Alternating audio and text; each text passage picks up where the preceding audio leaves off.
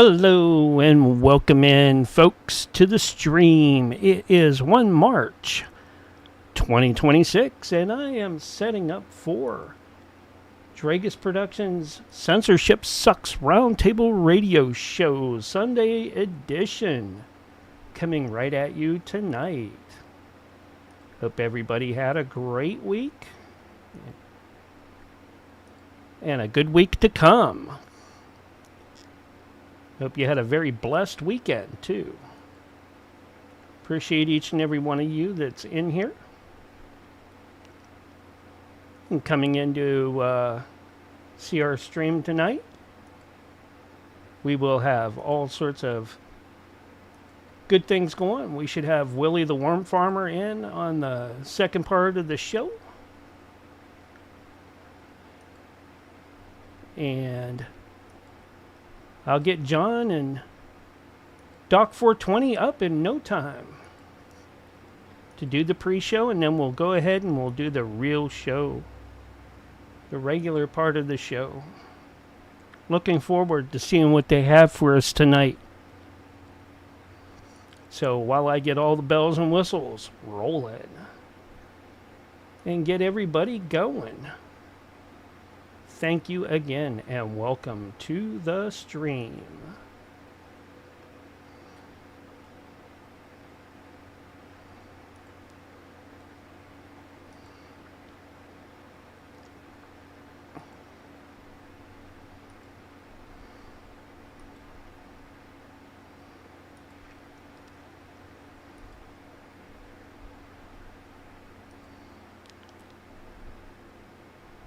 If you're in chat, welcome in.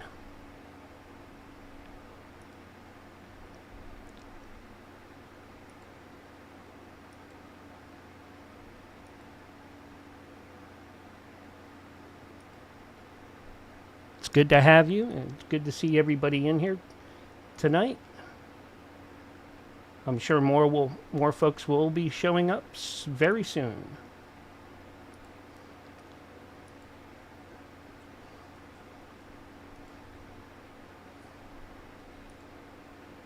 So,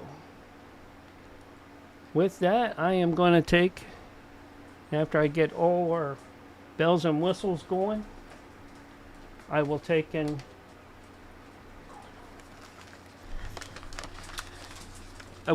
get us up and rolling. Sleeping. And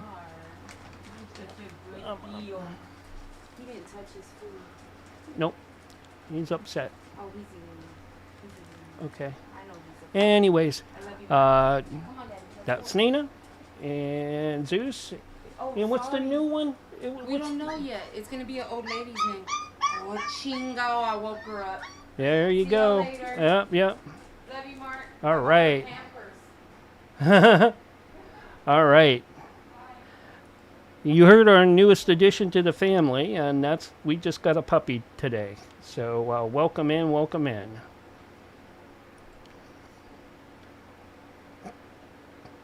Let me take down this opening banner and get John and the crew going here.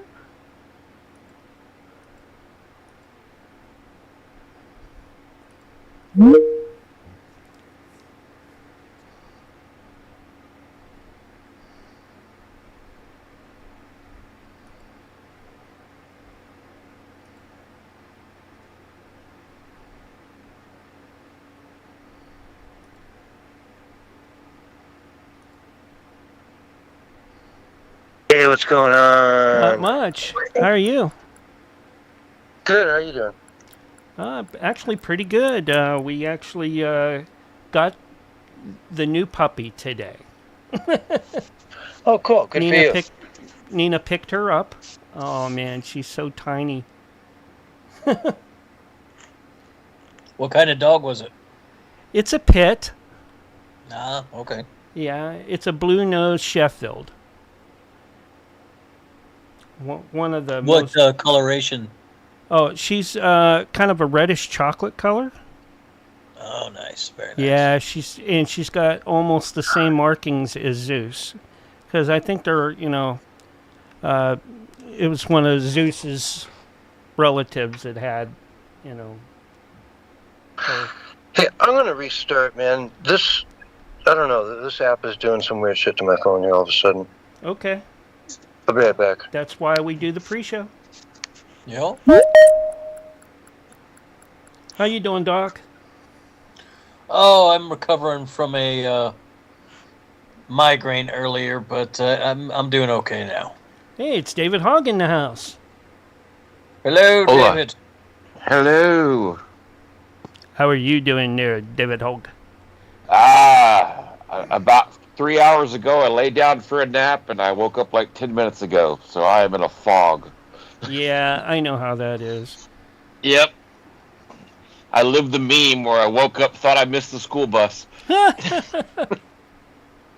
I had this really weird dream about moving the refrigerator and stove and finding like tons of guitar picks underneath there. I'm like, okay, I'm a bass player for one. All right. Yeah, I do use a pick a lot of times, but not that many. All right. And usually they're the bigger, thicker, heavier ones, you know. Right.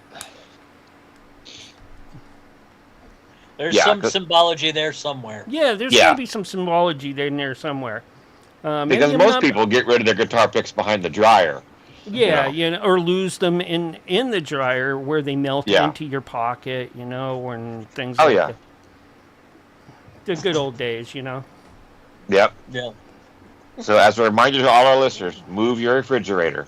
Yeah, move your refrigerators and lift up your the stove if it's next door to, like right next to it, so that you can see if there's any guitar picks underneath there. You don't know what'll be crawling under there besides that. And can you believe? Can you believe it's March 1st already? Yeah, how about that? I mean, yesterday felt like February 28th. You know. Yep, and you know, CS fell off already, so the Ides of March got him. But anyway, you know. He's turning on his Starlink. You know how it is. He's got to call up Elon. He said he was having problems with the app when we got the call up. I don't know. Okay. That happens. Yeah. Has he tried turning it off and back on again? I don't know. You know, did he try to get that new one from the bundle? You know. Yeah, that's probably what it is. You know. The Walmart bundle deal. You know, where you go in and get the code.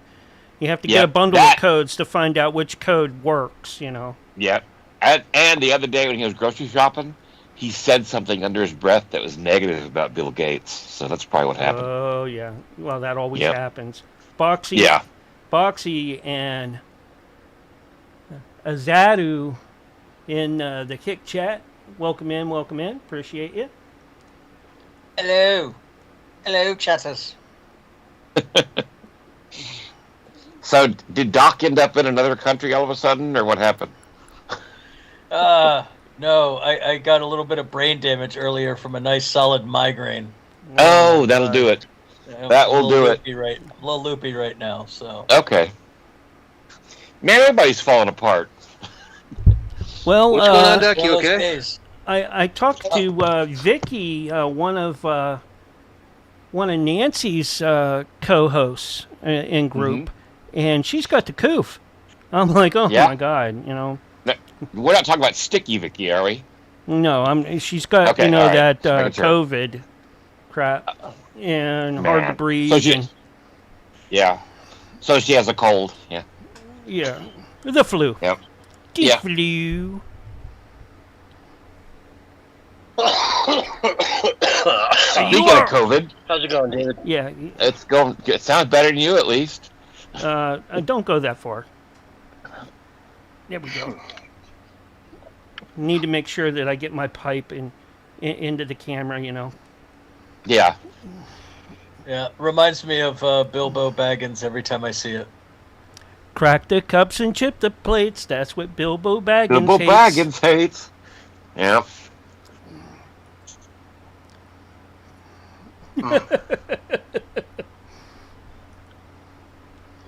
Boy, it's been like 95 out here, dude. It's been hot the last few days. Oh yeah. That is the nice part about the South desert lands. It is warm already down there. Yeah. Yeah, it's warming up here. Yeah, I think we got like the 84 today. Yeah. Very nice. Very nice. Yeah. It's supposed to be like back in the 70s for highs next week, which is great. Sign me up. Yeah. Right. I like that too. But it's just a quick little thing we're going through where it's just been hot as hell for the last few days. But oh man, it's been kicking my butt. Yeah. I'd rather have the cold than the heat. Yeah, personally. you can always put more clothes on, but when you start taking too many clothes off, the cops come. All right, so This is true. Yeah. This is true. Often. That is true. that's my take on the whole deal. Let it cool down. I can put more clothes on. Yeah. No one's gonna go blind. Yeah, and apparently dipping your junk in latex to keep it covered doesn't count. So, No, cellophane No. doesn't cover it either, though. yeah. No.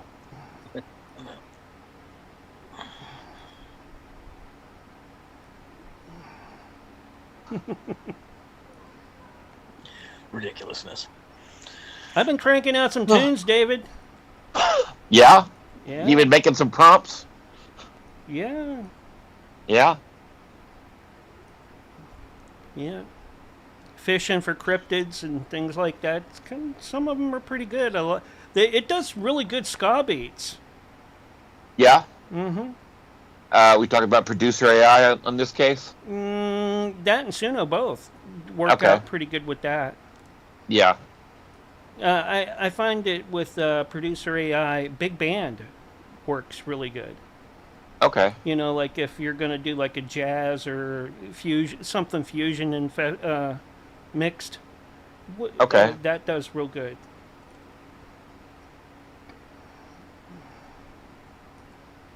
Have you tried the voice mode on producer AI? No, I'm not gonna do that. It's kind of cool. It actually talks back to you and everything. And you have to push the little button on your laptop to talk, so it really is like you're in the studio. Yeah, I'm good with just typing it in. Okay. All right. Hey, and did you get 2,000 credits the other day? You did? I asked you if you got them. Did you not get them? On where? On producer AI. Oh, I don't know. I didn't check. If I did, I probably used them up already. Oh. Yeah, they normally do like a little 30 credit top up every day as long as you use it. Mm-hmm. But yeah, all of a sudden it was like, boom, you've been gifted 2,000 credits. Oh, yeah, I've been using it, cranking at least maybe 5 or 6 out a day.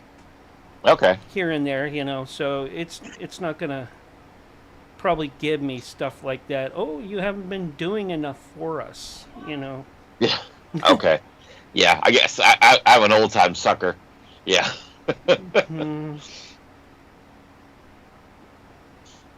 Yeah, I made one. Roger's been making some about us and things like that. So I made one about Roger too. And there you go. He's been. He's afraid of the chicken jockey from Minecraft, and he's like, yeah. scared. So I made a song about it. It's like there's like 4 or 5 different variations of it, but it's pretty funny. There you go. Where the chicken jockey kisses him with the chicken lips, and the radioactive chicken lips. Yes. Oh. Yeah, and are you willing to pay for his therapy bill? No. Okay. He's All right. on his own Just for that. Okay. I already have a personal therapist. Okay. Yeah, I don't know that therapy will fix radioactive chicken lips. I think there You could have be the chicken lips with a kiss. Yeah, Yeah. that's. I think that's beyond therapy. There, I think that might require a trip to the ER. Radioactive poisoning is no joke. No, it's all psychological, man. That's the whole thing, I'm getting everybody prepared for World War III.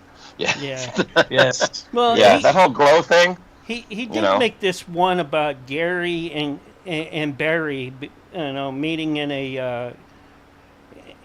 a grocery store, and you know how that usually goes with Barry. Yeah, in the exactly. Okay. Yep, yeah. I did the one about Gary and Barry in the bathhouse. No, But, Gary and Barry in the bath. 2 boys and a pineapple. What? Yeah, it had nothing to do with getting clean, apparently. Yeah, Yeah. apparently not. Yep. That's Yep. that's rough. I know. And I was surprised Barry was the bottom.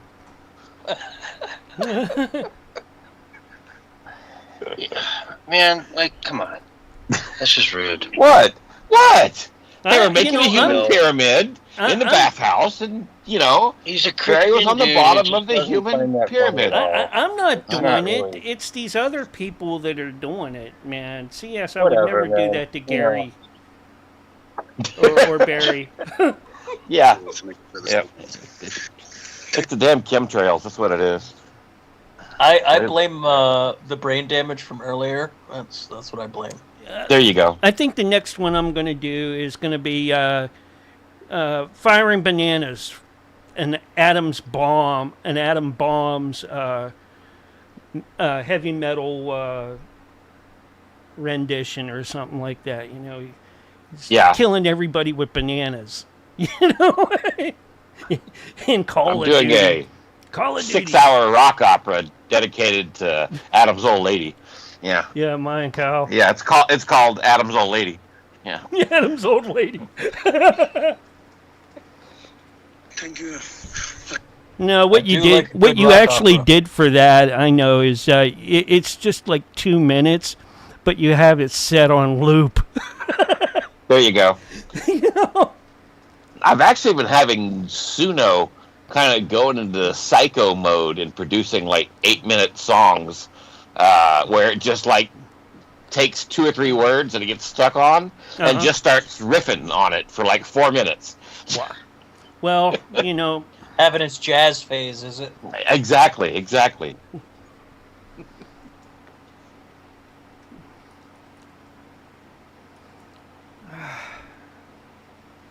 yeah, So how I think long the do you longest. think it's before these AIs actually are like the top 10 songs in the country?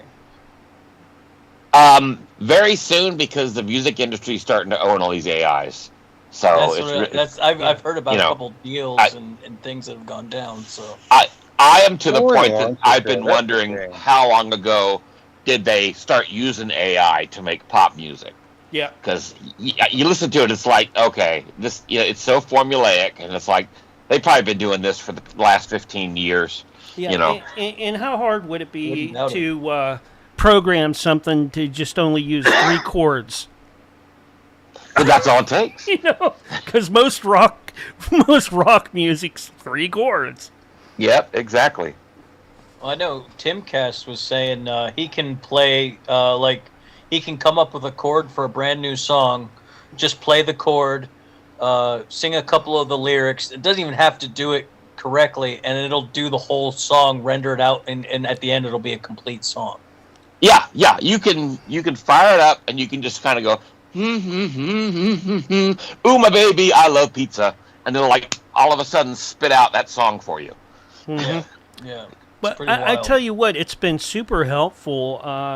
I redid Nancy's and Debbie's intros because they had copyright music in their intros. So some places were giving me a hard time about putting it up.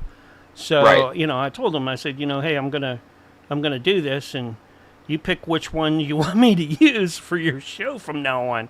And they're like, why? Yeah. I'm like, hey, you got to get rid of that copyright stuff right now Yeah. so we can put it up with all the others. John, you don't have to. None of your stuff has a problem. No, at least the stuff that I made for him doesn't. Yeah. Why would I give him copyrighted stuff? He's got enough legal And trouble I caught already. Mark trying to mix some new thing he made in there, and it was just horrible. Uh huh. For the intro. And I was like, what the hell? I just, yeah. You got to What? keep an Like eye you on got them. something that ain't broke. Why fix it? Yeah. Yeah, I'm not Right, touching Mark? yours because, I don't need to touch yours at all. David does a great job I with know. getting your shit together for you, and he made sure that, when I sent him, what needs to be put into it to make it, good to go for the disclaimer, he put it in and everything's right on cue. But the others, I had to do that for them because, they either Yeah, 'cause don't they have the time. somebody like me. They don't have the You know. time, and let's see here. Debbie doesn't have the tech. Yeah. And that reminds me, CS, I did all that work for you, and you never sent me the negatives as promised. The negative. Yeah. From the Like a picture blackmail or stuff? something? Yeah, from the blackmail Oh stuff? yeah. Yeah, Yeah, the whole no, that's idea was not if I what- did this for you, you'd send me the negatives of those pictures, and you never did. No, you're doing it for me because I have the negatives. If I send them to you, then No, I thought I did it so you'd send me the negatives. no. You did it because I have them.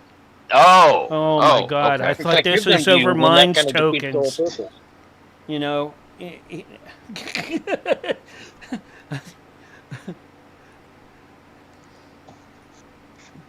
So, gosh, I wish there was some more stuff to talk about tonight. It's like, I don't know, the Bears Nope. moved their stadium.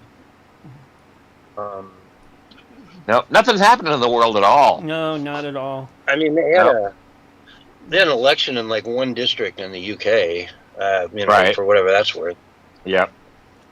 Well, apparently the current thing has caused the current thing. So that's pretty much sums it up,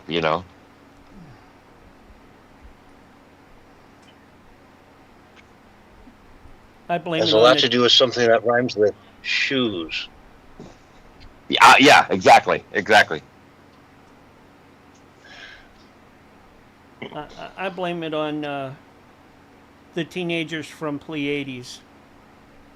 They're always, yes. Yeah, they're always making crop circles, and Yeah. they wanted to go to the West Coast, and then they figured out that the folks over there couldn't figure out if they were boys or girls, so they ended up in Texas. You talk about the ones that traveled light years to probe Uranus, right? Yeah. Mm-hmm. Okay.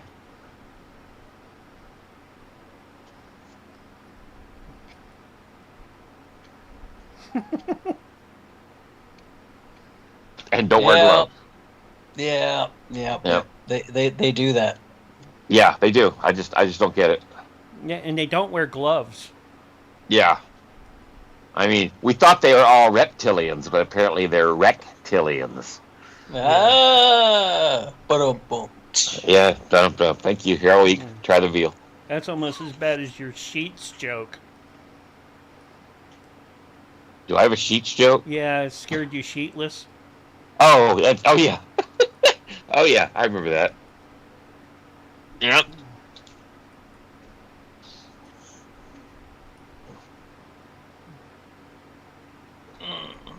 Did you see that Gen Z is the first generation since they started recording test scores to score worse than their parents?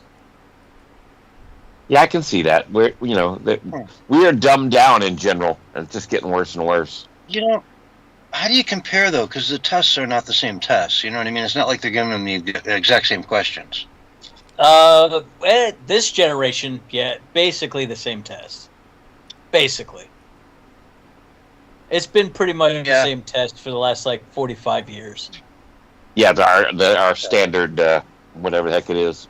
Yeah, not the SATs and ACTs. They've changed. Right. But the school standardized tests. Yeah. I remember when they came in the late 90s. They in the school where I was at, and they've been taking those same basic,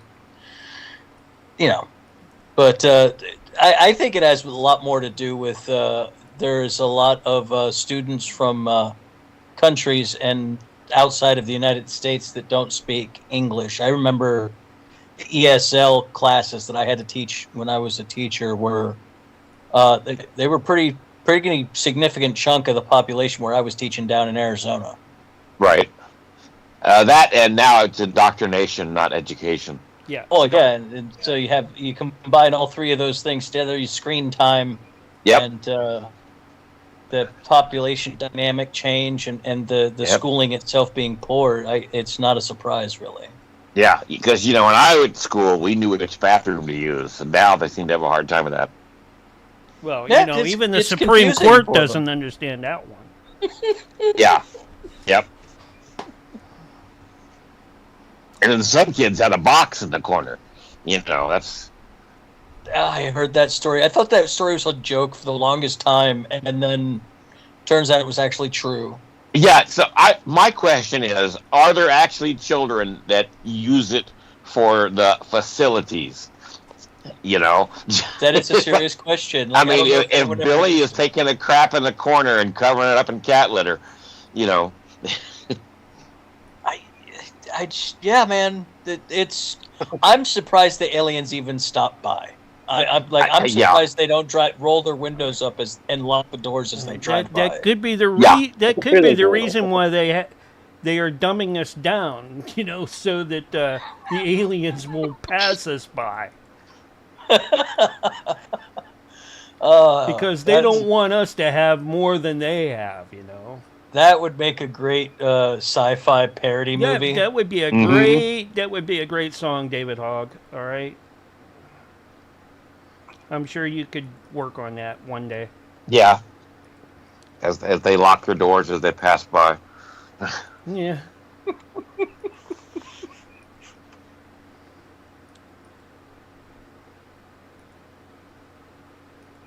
I think Douglas Adams had it best. Mostly harmless. Yeah. Let me check the headline and see if before we go live, I want to see if we bombed Iran yet. I don't think it's going to happen. That's all I'm saying. Yeah. They're just showing reruns from the Gulf War. I don't know. I think Israel will go in regardless. Yeah.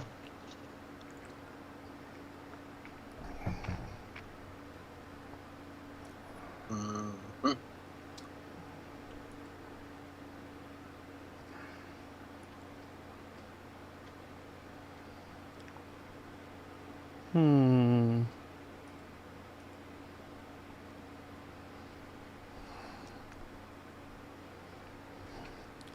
I've been doing some Slack remixes too. Hail Bob. Nice. Praise Bob. He's the greatest. Yeah, I did a song. I got married in the Church of the Subgenius, and now my wife's name is Bob. Oh, no. Send that one to Yep. me. You got to send that one to me. Okay. I did one Slack House remix for KDRP, Chaotic Dragus Yeah. Productions Radio. Yeah, when I do the music stuff, and it mixes in through there from time to time. People are like, All right, yeah, praise Bob. Praise Bob. Yeah, that was some early AI crap. Yeah.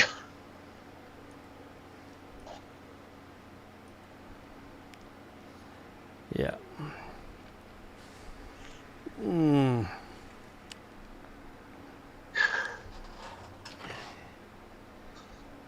Queen of Oh, Darkness, man. Funky Brett. In the kick chat.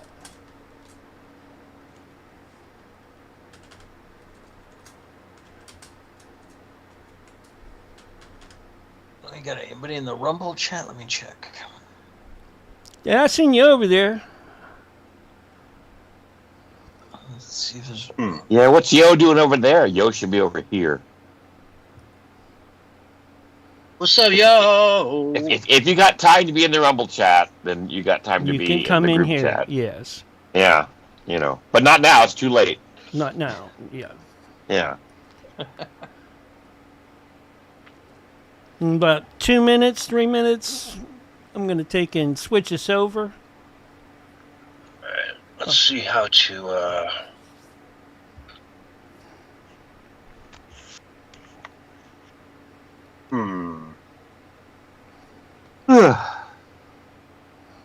Oh no, none of that now. Oh no. I've been up almost 30 minutes. It's time to go back to bed. Yeah, I felt that way earlier. Yeah. Oh man. I just can't get my sleep schedule on track here lately. I've given up on it. Yeah, but it sucks for appointments. When you're trying to drive and you're still in the fog. Mm-hmm. That is one thing I've always been pretty blessed with. Like I have my dad's genetics. I only need like 5-6 hours and I'm good. Like I prefer 8. Like everybody needs that 8-hour sleep, but like as long as I get 4 to 5, I'm good to function. For me, if I take a nap that goes beyond like 2 hours, then I'm like screwed. Well, Yeah. That's what they recommend. I've gone to some sleep classes and things about it, and like, yeah, if you're taking more than like 90 minutes, that's not, you're not really helping yourself there. Right. I read a trick once, and I used to use this like back in my 20s when I was actually productive in life. And like, it said when you really got to take a nap, hold your keys in your hand and hang them off the side of the bed. And as soon as you drop them, it'll wake you up, and you should be good to go. That's only for And I the used to living do that. bands. Yeah, I used to do that, and it worked really well. Okay. I tried that once on my toe, and someone tried to haul me off in a bag. But I don't recommend that anymore. Yeah, I do the same trick with the TV remote, Yeah. Fall asleep and I let go of the TV remote, hits me in the head, Oh, watching that 6 o'clock news, were you? Yeah. Watching the 700 Club at 3 a.m. Really? Yeah. Is that still Reruns. on? The Apparently reruns Jesus of the needs my money. 700 Club. Yeah. But they still want me to send them money for some reason. Is that seriously still on? I have no idea. Because if it is, it's got to be one of the longest running, like, Christian Yeah. whatever in the history of the world. I do not remember the last time I have watched a broadcast television channel at all. So, who knows? Well, I mean, I only know about it because there were only, like, 4 channels growing up, and it'd be on one of Yeah. them, like, for an ungodly number of hours a day. Yeah. Back before there were infomercials, there was the 700 Club. Yeah. Yeah. Yep. Yeah, which was basically a infomercial for God. Yeah, like I said, he still needs your money. Yeah. Yep. We're still flying around in that All Lear right, 4 jet guys. when there's, Yep. much smaller congregations than are in Lear 7. All right, That's right. fellas, it's time for timers. Hang up, and I'll recall you back. All right. All right, y'all have a good show. Been nice talking to you, David. All right, take care. All right, you too. All right, we're gonna get Censorship Sucks Roundtable Radio Show up and rolling. Look out! Gonna have some fun tonight.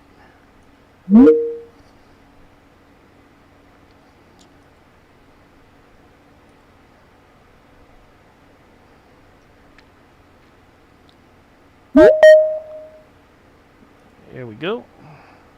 Okay. There you are. And Here we are. here you are. Ready to go. Absolutely. Ready as I'm gonna be. All right, Doc, you ready? Yeah, let's do it. I'm gonna change the format tonight. I'm just gonna basically ask you about 2 questions, one in the first hour and one in the second hour, and we're gonna really just dive into your answers and stretch them out for the whole hour. Okay? Okay. That Okay, sounds we'll kind of see what lazy, happens. but okay. We'll see what happens. What's your first hour? What's your favorite type of bean? Whew. That's gonna be a short one. Boston Bake. End of answer. Done. 30 seconds, fellas. 30 seconds, and we will be live and on the radio side. Nothing The else answer is to answer. Pinto. And here and- is your countdown. 5, 4, 3, 2, 1. And you are live and on the radio side right now. Hello, everyone, and welcome to the Censorship Sucks Roundtable Radio Show, Sunday night edition for March 1st, 2026. We're already into March. The first quarter of the year is slipping by, folks. Before you know it, it'll be summer. And the birds will be out, the leaves will be on the trees, the barbecue will be going, and the weather will be beautiful. I know a lot of you out there in New York, up in New England, East Coast, you're thinking, nah, this guy's lying to us, man. It ain't never going to warm up. But I swear, it will warm up for you. Very soon, it will be summer. Doc, up in the Pacific Northwest, how's things going up there? Pretty good, pretty good. Flowers are blooming already, so spring's right around the corner. Pretty excited about that. Yep.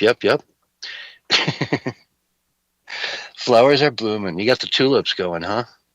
The daffodils, tulips, whichever one it is. I can't remember which one it is, but one of those two. I think it's the tulips that typically come up like first. You just see those green sprouts coming up first, and then boom, like 5 days later, you got flowers. Yep. But yeah, nice. Anyway, not so nice stuff going on in the world, folks.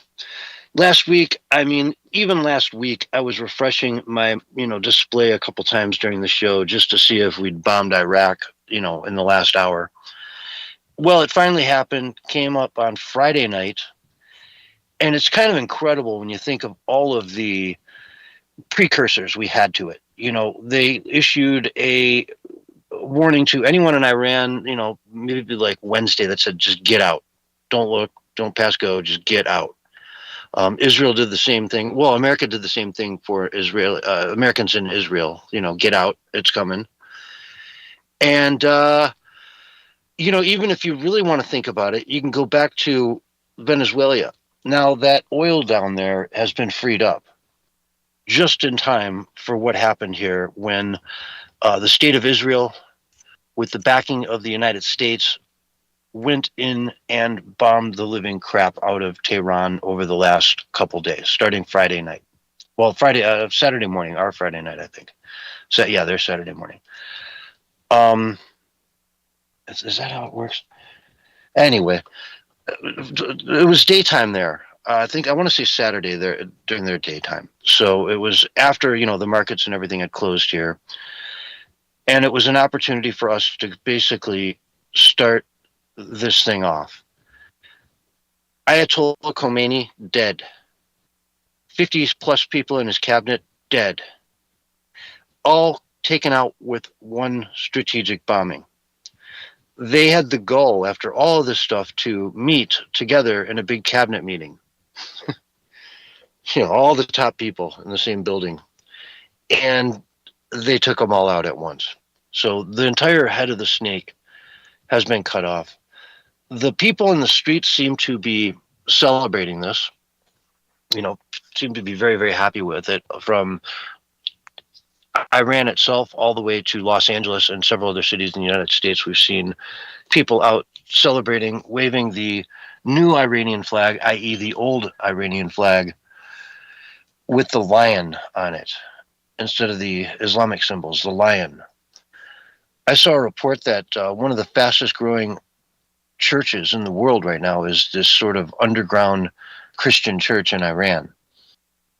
It's not a devout Islamic country by nature. The people there don't want to wear burqas and kippahs and all this stuff and be hidden. They don't want their women hidden. They have beautiful, long, dark hair. They like to see it. The women there want to go outside, and when the wind's blowing, they want to feel their hair in the wind, and all that stuff you never, ever get to do when you live under a dictatorship, so to speak. So, and I'm particularly interested, I don't want to get too deep in this because I'm very, very interested, and I wanted to hear this, for a couple of days now, is Doc, I know you're not into doing any sort of military interference with other countries. Leave them alone. Let them figure it out, so to speak. But I heard one of the women there say it's not a war, it's not this, it's not that, it's a rescue operation. And they were very, very happy that it was happening. So I don't know. What do you think, Doc? Well, I look, the Persians I know are happy. That's fine. I mean, it is their country. But the reality is the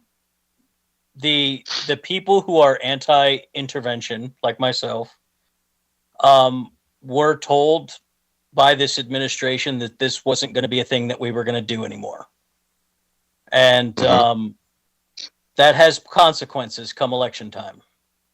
And that's I'm a strategic person when it comes down to it. Like, my personal preference is almost unimportant to the strategy that I would like to see our country follow. I know presidents are going to do things. We live in an empire. I can't change that overnight. But the reason that Trump was able to get elected in 2024 or 2025 was because he promised a certain segment of the population that he wasn't going to do this kind of thing anymore. And those people will not vote for Republicans in midterms now. And so it's politically strategic. Like, I understand strategically how it works for the empire. It's actually a pretty smart move to cut Iran and Venezuela off from China. It does bind Russia and China tighter together, but strategically, I understand all of the geopolitical ideas behind it. But it was at what political cost at home? Does this mean we now have the chance of losing the midterms, both houses, and possibly the election in 2028? Seems like a good possibility. That's my concern. So your concern is it's not that they're going to start going and voting for Democrats, because that would, and, be the opposite of what they're hoping for, but that they'll just stay home. They just don't. They're not going to care. Yeah, we had to talk these people into coming out to vote in the first place. These are low propensity voters who don't really vote to begin with. I myself hadn't voted for 13 years before Trump got railroaded in 2020, and I saw what was coming down the pipeline, and I was like, well, I better add one more number to the chart, and I registered and got back in the game. Now I'm more strategic than most of these people. Most of these people are very emotional voters, and they feel betrayed, unfortunately. And that's going to be something that we're going to have to deal with in about 8 months. And I feel for what they're saying, I get it, but I guess I would retaliate and counter the argument by saying that what Iran had been doing over the last so many years, 30, 40 years, was creating a lot of conflicts in a lot of places. October 7th, Hamas would have never been built up to the way they were without Iran's direct support and help. They paid for, that whole thing. They made sure that war happened. This, 2+ year long war now between Israel and Hamas. Hezbollah. Look at the Houthis in Yemen. And the fact that the Straits of Hormuz have been shut down to so much commercial traffic over the last so many years, that was a direct result of Iran making that happen, making it harder on Western countries to, get ships through there. If you look even into Africa and some of the stuff we've reported on over the last month or so down there with in Nigeria and the Congo, Democratic Republic of Congo, and many other countries there, where there are people being slaughtered out in the fields by Islamic radical groups. The Houthis, is it? No, it's the, I forget off the top of my head, but they're down there doing it. And again, they're getting a lot of their funding from Iran. So much of the crises in the world, much of the wars, much of the tensions out there were being directly funded and supported by Iran. And if they're no longer able to do that, and now they're in a position where they can't, the entire world will be a much more peaceful place, by far. Secondly, I would... Go ahead. I'm sorry. Go ahead. Secondly, I would say, let's go the most conservative numbers on the number of people that they slaughtered in their own country over the last month, during the month of January. And it's probably in the, it's conservatively 30,000 people. I've seen numbers up to 100,000. Let's just go 30,000 people that they killed, protesters. How many more thousands in jail there for protesting, for asking for their freedom, for going out in the streets and saying, enough, we want our country back. We want to be free people in a free world in a modern 2026 universe, you know? And they're finally going to get that chance. And if all it took was a few days of bombing, if we washed our hands and walked out right now and said, people of Iran, it's up to you. We led the doorway. Here it is. Take it. And they were able to make that happen from here. And we just walked out of it tomorrow. I would say most people would look back on this and say, wow, yeah, there were 3 tragic American casualties so far, but they liberated a country, took out its leadership, and gave the country, of Iran a chance to become a, democratic republic again and live in the modern world. Then I think most people would look at that and say, wow, you know what, that was an astounding success. And it was the best foreign, intervention we could have ever imagined. It took us, a few days to accomplish that. But realistically, it probably, as Trump has said earlier today, could take up to 4 weeks. So what are those numbers going to look like after 4 weeks? And will people still have that patience with it, I guess, right? Yeah, no, I think, do you remember when Ben Shapiro was doing his campus tours, and he would often say the phrase, facts don't care about your feelings? Yeah. One of the things that Ben and a lot of the people on the right wing that support these military strikes don't seem to understand is that the people that work on feelings don't care about your facts. They don't care about any of this stuff. The people I'm talking about, I'm a little bit different. Again, I'm a more of a strategic person than most of these people. Most of these people are anti-war at all. They don't care. They don't care that it's going to make the world, if it does make the world a safer place. That's a big if in their book. A lot of the more academically intellectual ones would point to how we set up the Middle East. Well, the UK set up the Middle East to be the way it is, to constantly be at war. They would also talk about how we overthrew Iran's, government twice before, and that's how they ended up with this government. But the reality is most of the people that I'm talking about just don't care about any of that stuff. They don't want American money and focus on foreign countries. They want it at home. And that's the big sticking point for them. It could be anybody. They don't care. They want America taken care of, and they don't see that being done by either party. Hey, wait, Blue, would you stop that? Sorry, my dog is trying to knock stuff off the table. He's frustrated as well. Well, yeah, she's but yeah, I hear you. It is what it is. I mean, we are in the world that we're in, and we are bombing them right now pretty much to oblivion. We've taken out 9 of their ships. One of the promises kept, is that they won't have a navy after this, and they're probably not going to have much of an air force as well. So we're already moving through the northwestern part of the country and systematically taking out all air defenses, everything, and went in and took out all their much of their forward-facing offensive capabilities as far as missiles are concerned. Otherwise, there would be much more going on. But that's the first phase. Boom, completed. Now the next one is to kind of go through the areas near Tehran, further in to the central part of the country, and do the same sort of I don't want to call it a cleansing, but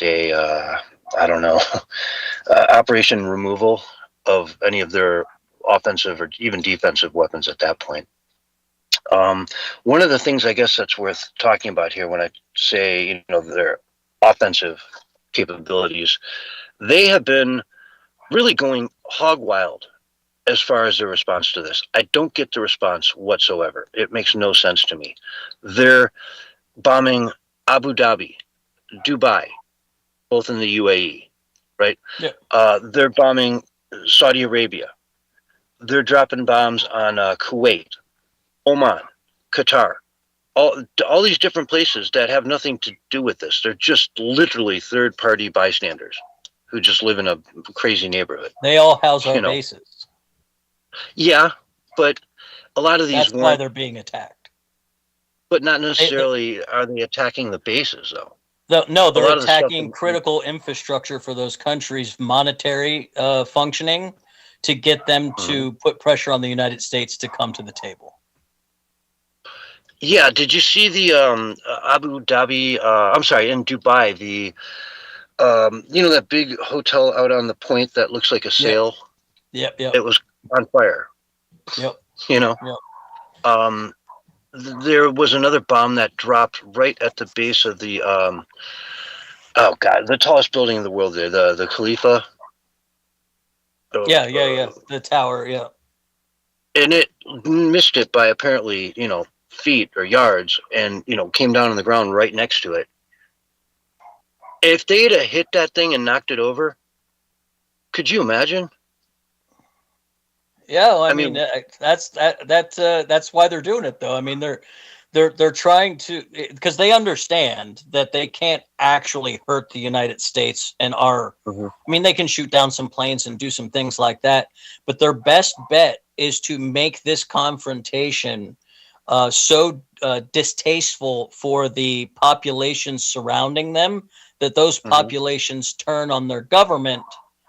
Because, like, for example, Bahrain, the majority of their population is Sunni, even though the leadership is Shia. And so they have more of a, they're more in line, the population is more in line with Iran than they are with their own leader. So if you make that country's population super angry at their leadership, who knows what happens in Bahrain, for example. And that's just one example. So that seems to be their strategy, is to activate the Sunnis population in these other countries to come to their aid. Well, okay, so now this is from Brett Baer. The Gulf Cooperation Council of Arab States, GCC, signals that they may start aggressive operations in response to Iranian attacks on member states. A signal Saudi Arabia, UAE, and others are prepared to take offensive military action against Iran to defend their security. They will take necessary measures to defend the security and stability and protect their territories, citizens, residents, including the option of responding to the aggression with aggression. So it's kind of backfiring on them, and it's doing what we as Americans, who don't want to see us doing this, is exactly what we want to see. That they just step up and say, hey, man, you're bombing all of us. Guess what, man?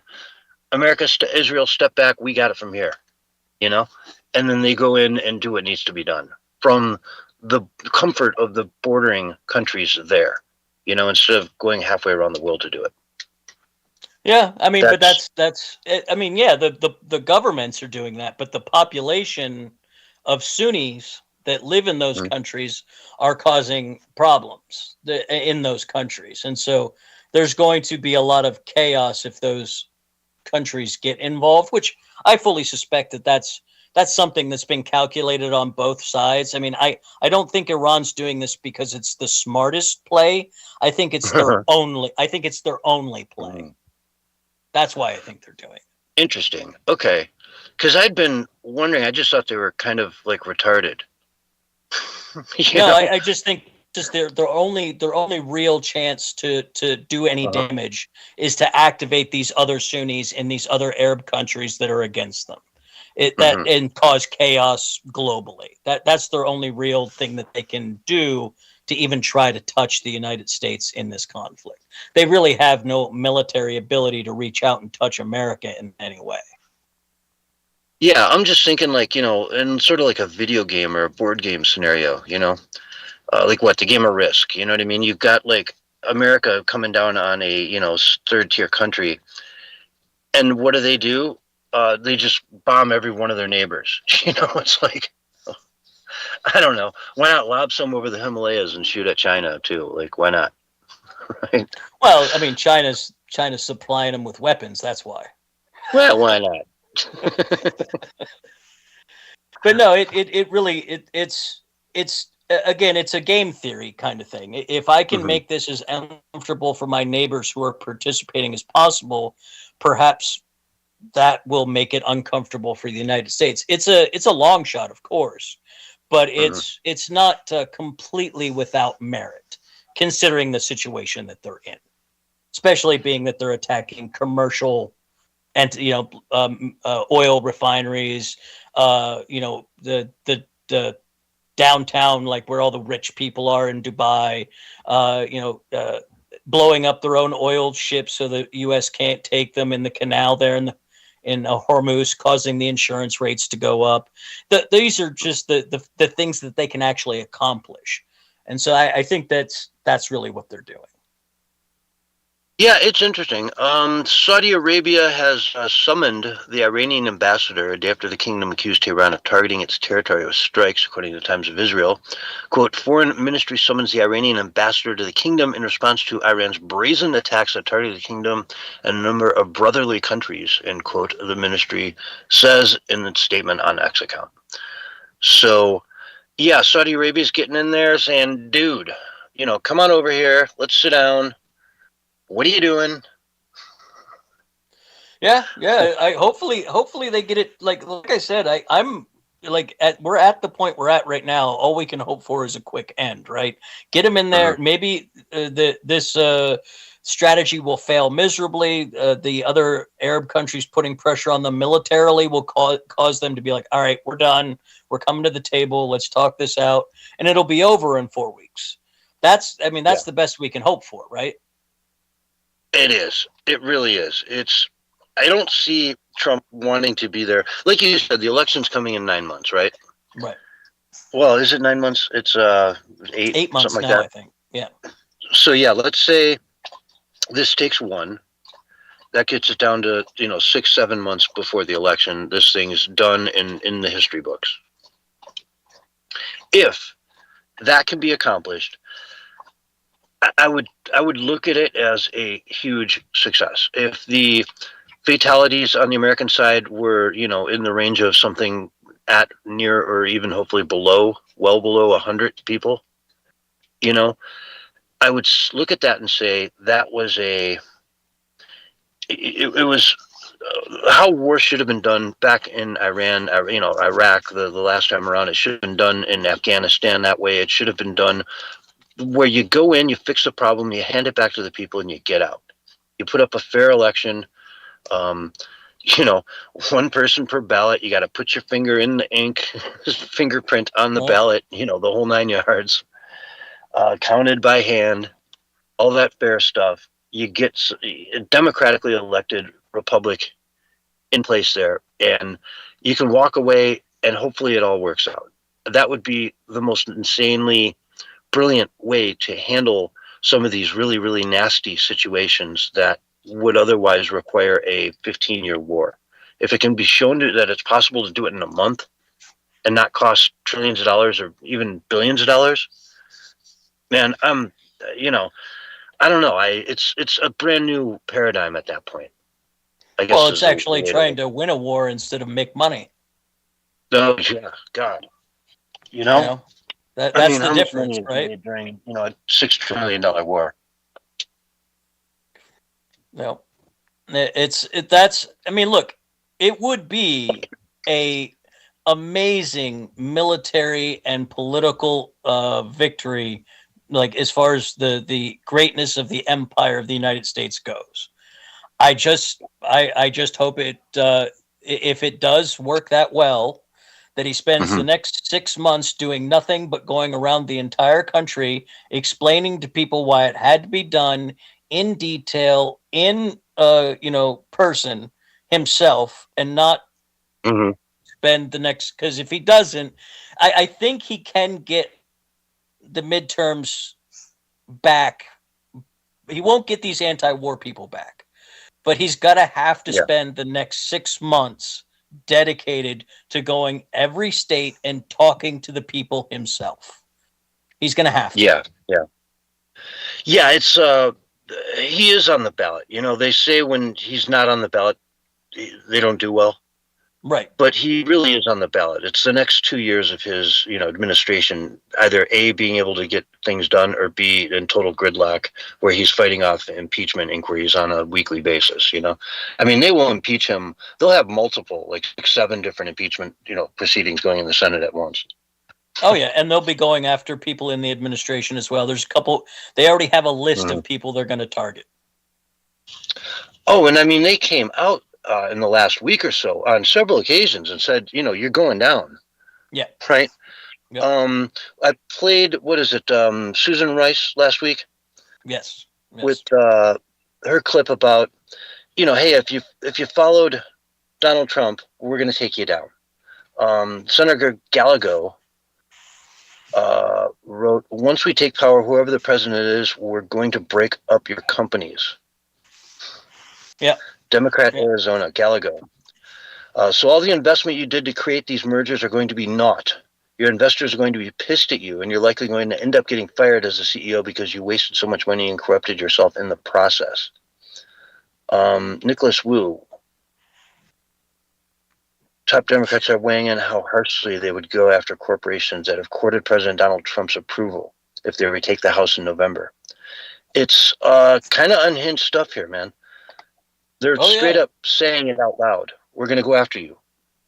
Yeah, they're going to use they will use going after them for corruption, quote unquote, as an excuse to attack the American capitalist system and to bring about their nice communist regime that they would like.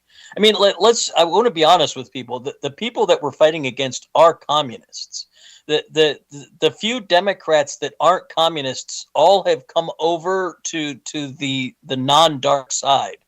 The people that are in the Democratic Party right now and taking over at the lower levels are all Democratic Socialists of America, communists or socialist sympathizers, and they want to instill European-style socialism in the United States.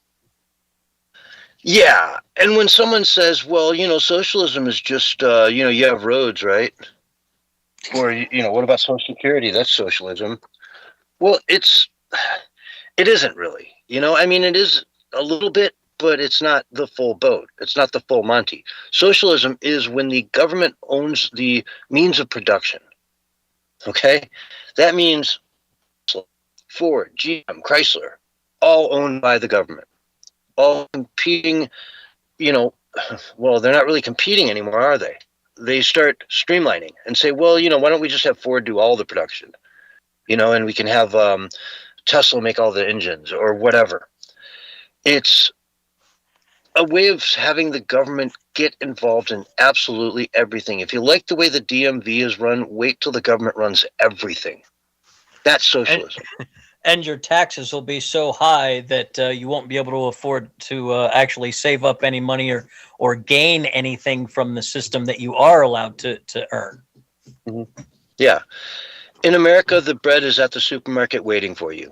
In Russia, you wait for the bread. Well, not so much in Russia anymore. It's more Europe these days. But point made. Yeah. In Russia, you wait for bread. But it's when the government owns the means of production, it's like having the DMV run a major corporate, 500, S&P 500 company. It's like having them run every single S&P 500 company. Well, it eliminates the profit motive, and so there's no reason for them to do a good job. Exactly. You just sit there and, instead of like inventing really cool stuff, because it all gets turned down anyways, you can sit there and go the extra mile and hope of, getting huge recognition within a major company like Ford or whatever. And, having a lake and a president title because you had just really made a giant breakthrough and made the company millions, you get nothing. You invent something and they don't even care because it's just going to, screw up everything. They look at your great new invention, the intermittent windshield wiper, and they say, you know how many departments I'd have to go through to get that to happen? But it's an intermittent windshield wiper, man. It's the greatest thing ever. Yeah, no, there's no way we can get that into our system. There's no way. Or they take it like China does and mass manufacture it throughout the company without giving you a dime and then sell it to foreign countries so they can profit. Mm-hmm. Yeah, I mean, China, it's interesting. They just don't have the concept of intellectual property rights. None at all. It's just not a thing in their country. It's in their culture. They understand it. If you show them something cool and they say, "Wow, that's cool," they'll go and use it because they just don't understand that they might owe you a royalty. It's not part of their culture. No, I don't know how to and put it it's anymore.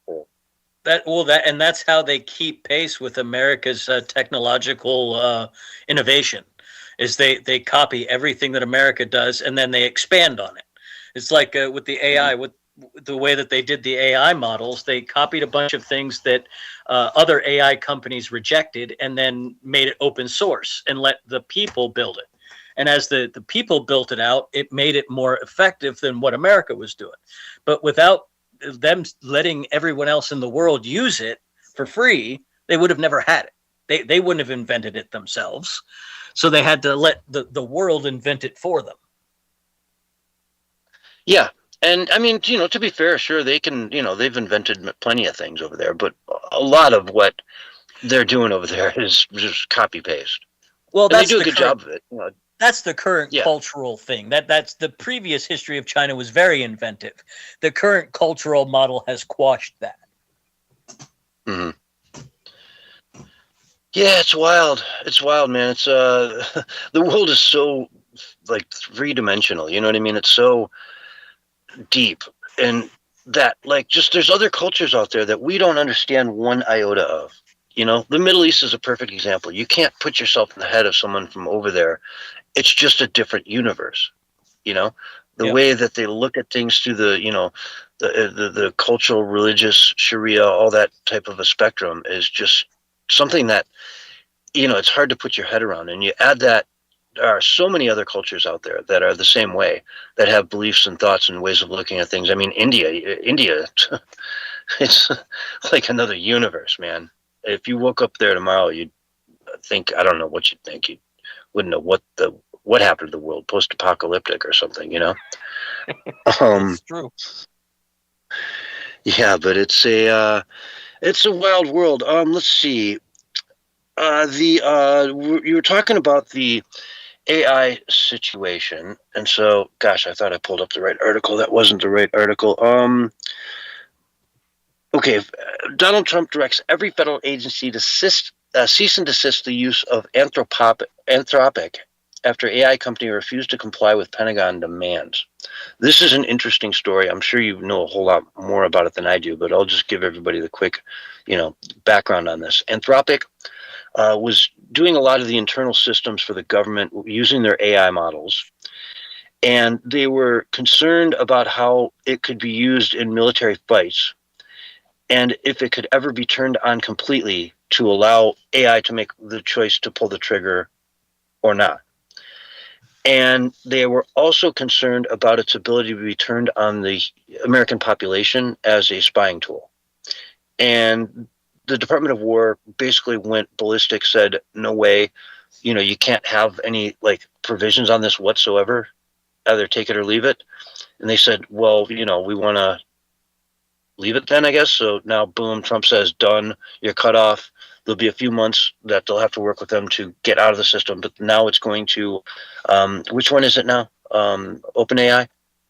I believe Grok and OpenAI are both going for different parts of it. So I'm not sure which one took this side of it. I can't remember, but I know both Grok and OpenAI are going in and saying you can do whatever you want with ours. Mm-hmm. You can do whatever you want with ours. Now, let's see. Sean Parnell quoted out, the Department of War has no interest in using AI to conduct mass surveillance of Americans, which is illegal, nor do we want to use AI to develop autonomous weapons that operate without human involvement. This narrative is fake and being peddled by leftists in the media. Donald Trump said, the United States of America will never allow a radical left woke company to dictate how our great military fights and wins wars. That decision belongs to our commander-in-chief and the tremendous leaders. So it's an interesting, case study, though, of them sort of pushing back against the government. And now Google, I guess, inside their AI department is starting to pre-place certain firewalls that would never allow those sorts of things to happen. You know what I'm saying? But yeah. I don't know. I thought you'd have a lot to say on this. Well, I mean, I do think it is a walk that we have to do delicately.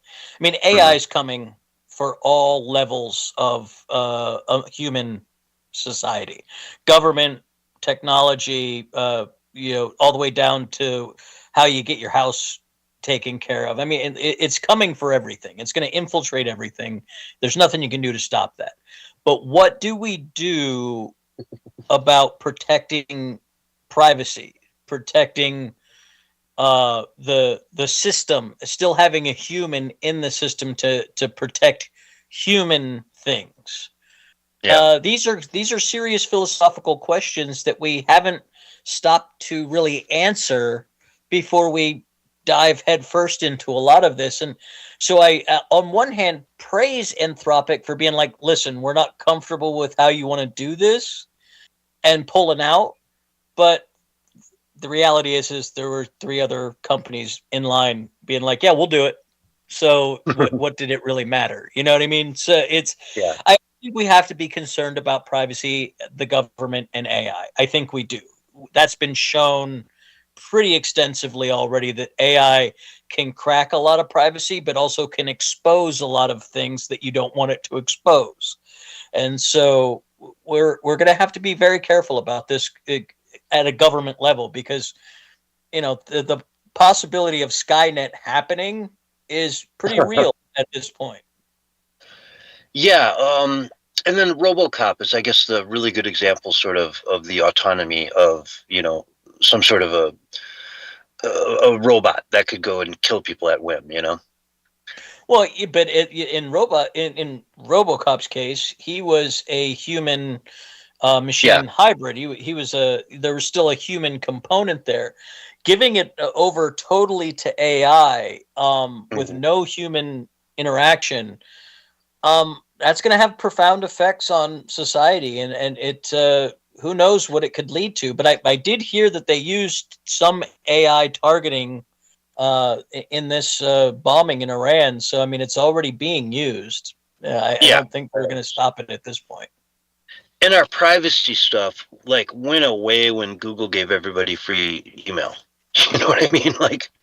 Well, but it shouldn't have. That's already gone. That ship has sailed, as far as I'm concerned. AI turning its technologies back on the that's just inevitable. Somebody's going to do it, right? There are ways to actually preserve privacy, but nobody's actually tried to make sure that the Fourth Amendment is applied to technology. And that can be rectified. There are things that can be done. There are people who have been working on privacy preserving technology that is in line with all of these use cases for a very long time. It's just that the government doesn't really want to give up that power. Yeah, they don't want we privacy. Respect the laws and all, that's great, but isn't there just going to be some guy in China running an AI system over there that's just going to go through America was that scene in Batman where every phone was connected? The Dark Knight, was it? Well, every phone, every camera, if your everything phone can be hacked, yeah, I mean that absolutely. That's a device issue. But when what we're talking about is preserving your privacy when you interact with the system. So let's say, for example, you have a cell phone company that you use. It shouldn't be, if you have a phone system, it shouldn't be that a company can hack into your database and steal every single person's phone identity from your records. You should have security in place, and there's technology to do that, and that's what I'm talking about. Of course they're still going to be able to do all the tracking and all that stuff, but securing your data that you are required to give up to the system should be protected. Yeah.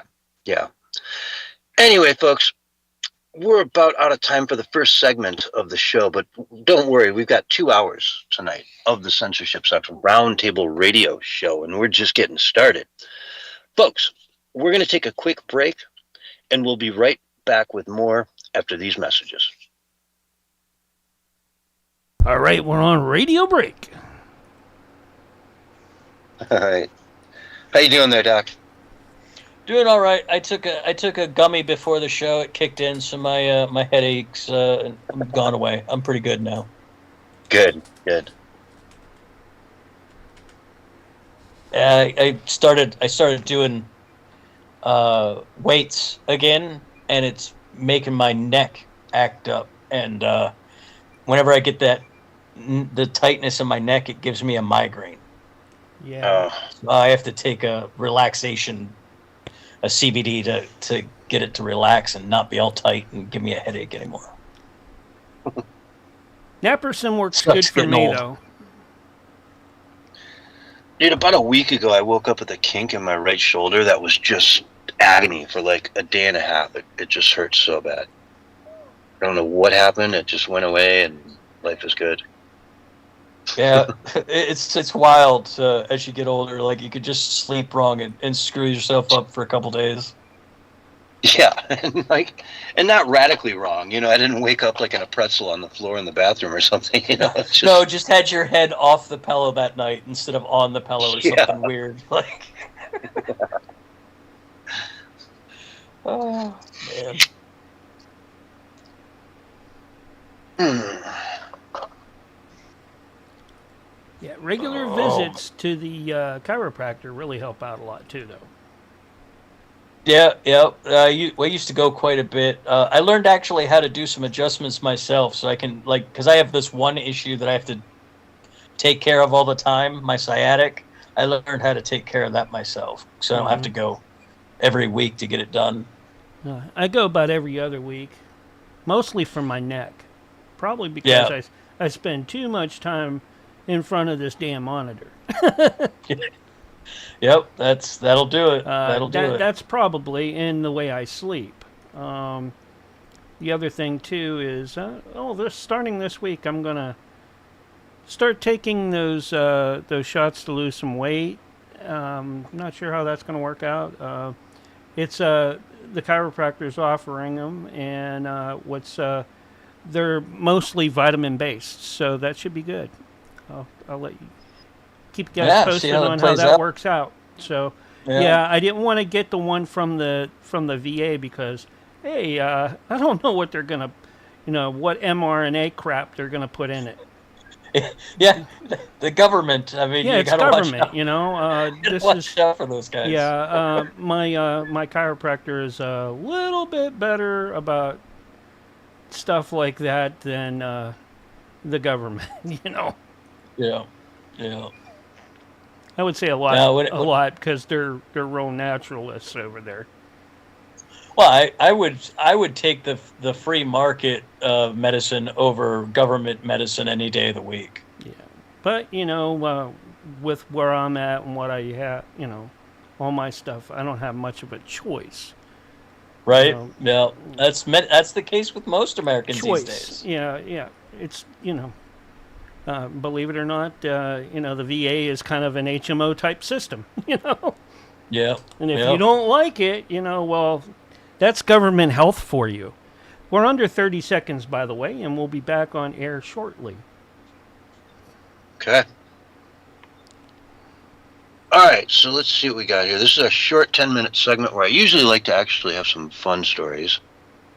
So let me see what fun stories I have up here. I don't even know if I have one. All right, here's your countdown. 3, 2, 1, and you're live right now. Hello, everyone, and welcome back to the Censorship Sucks Roundtable Radio Show, Sunday night edition for March 1st, 2026. 2026. Yes, there you got it. Nailed it. The 250th anniversary of the United States of America, folks. It is year 250. This 4th of July is going to be huge. Huge, I said. Make your reservations now. Go out and set up that perfect campsite. Go get that perfect hotel room you want to stay at in that wherever it's going to be in that vacation town you've got in mind that you love so much. Get it dialed in now while you can. It's all going to be booked up The 4th of July is going to be cooked, folks. It's going to be huge. And I can't wait. Doc, are you looking forward to it? Yeah, I actually am this year. Not normally a 4th of July guy. I'm usually it's not my big holiday. It's usually too hot for me, and I'm like, I don't want to be outside. But this year, I am excited. The fireworks should be quite exciting. Oh, yeah. And, they've got these drones now. Have you seen any, of the Oh, yeah. fireworks mixed with the drones before? Oh, yeah. That stuff's wild. That's it. The artwork is pretty extreme. I saw a couple with the Chinese. There's a company out here on the West Coast. I can't remember, Chinese something or other. Anyway, they do a fireworks show, and they did drones this last summer, and it was pretty interesting. They do it for all kinds of their different holidays, because 4th of July they're like fireworks are for every holiday in the Chinese culture, so it's pretty interesting.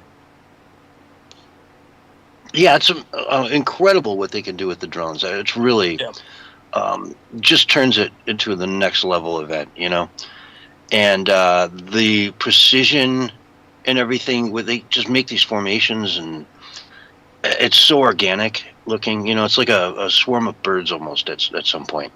It just looks real, like a part of nature, but it's all colored. I don't know. Can't wait. But enough said with that. Let's talk about, I always like to bring up some fun stories.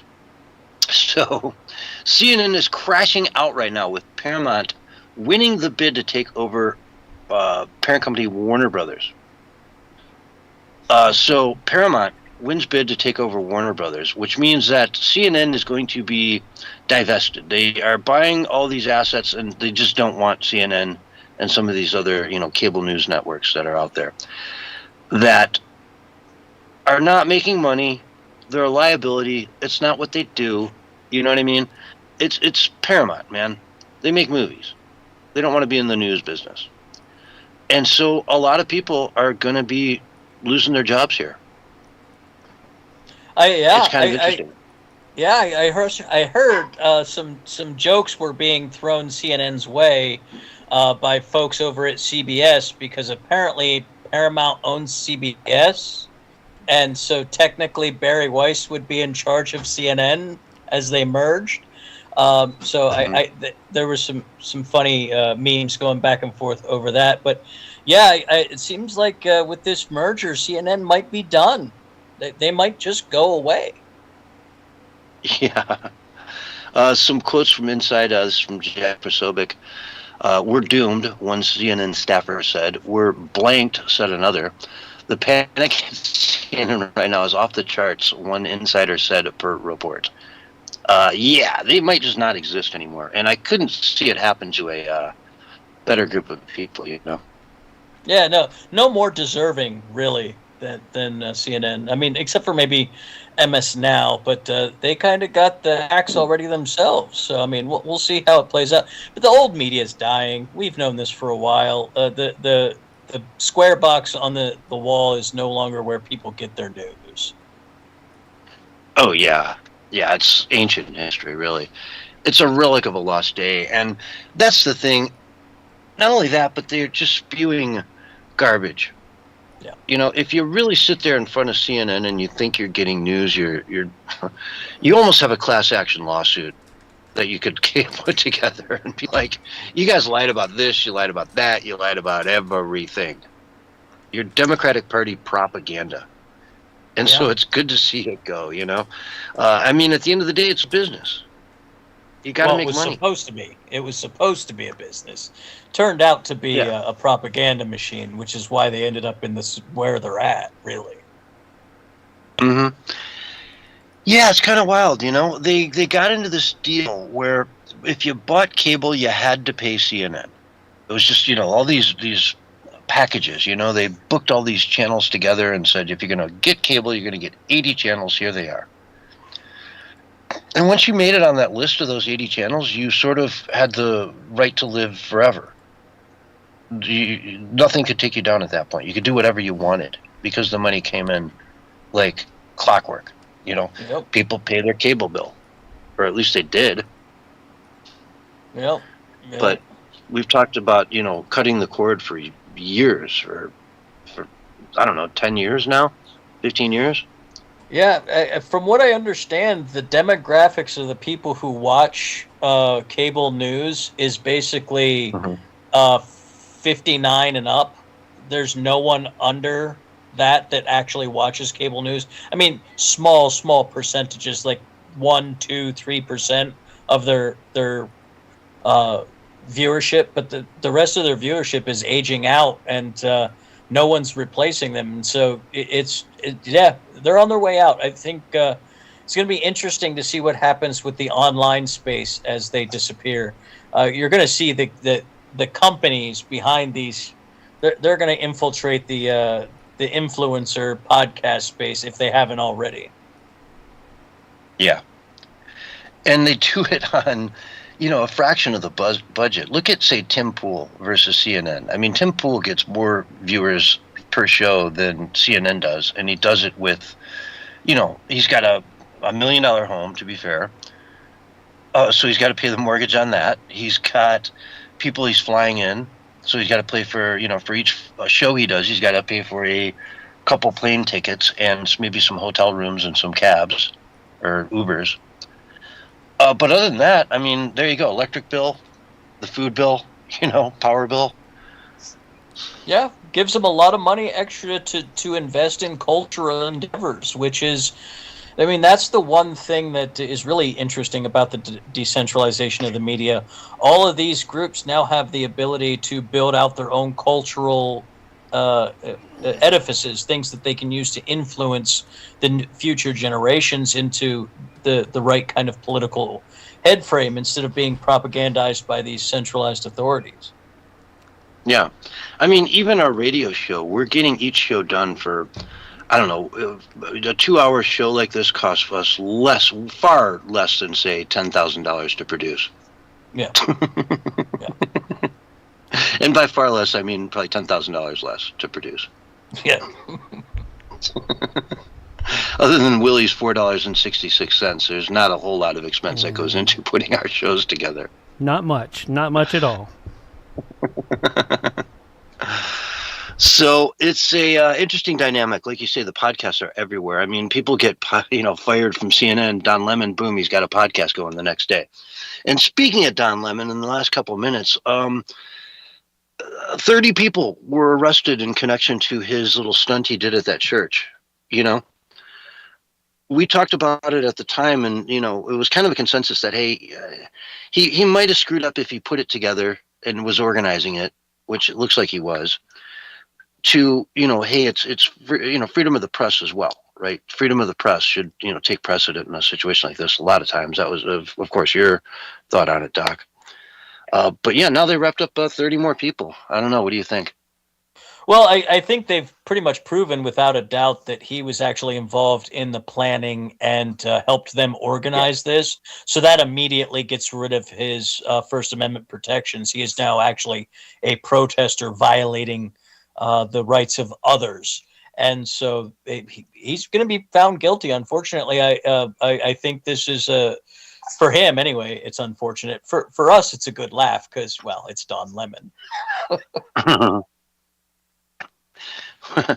Yeah, one of the few times I ever swore on this show, I was actually just reading a quote from him, and it just slipped out. I was like, "Oh, whoa! I shouldn't have said that." Right. But he also is getting sued now from one of the parishioners at that church for the emotional damage it did to her, and there were kids crying in the background, screaming. They made a big stink out of it. They went in there and disrupted the place. Yeah. At church on a Sunday. Yeah, I heard they did some they segregated people. There was a lot more to it than was made really public. And so I think that's why they're going to get taken up pretty hard. Yeah, it'll be interesting to watch those trials come out. Yeah. Again, it's like the OJ trial. You've got the crime and then you've got the civil stuff. OJ got off on the crime, but was pegged down with the civil stuff. Yeah. And I think Don Lemon here, it might be a similar story, but I think they got him on the crime stuff, and the civil stuff will be a slam dunk. So anyway, folks, this is the Censorship Sucks Roundtable Radio Show. We've got to go to commercial break. And when we come back, we have one more hour, and we will bring on our good friend Willie. So stay tuned. We'll be right back after this message. All right, we're on radio break, and we got about a couple more minutes before this room needs to close out. Do you live in the Dominion of Canada? Yep. Not this time. I will be. That'll be the next I'm going to go break. ahead and log out. I'll be right back. Okie dokie. All right. Oh, yeah. Good show tonight. Good show. I haven't heard from Willie, so I don't know. I mean, I tagged him, and all that, but,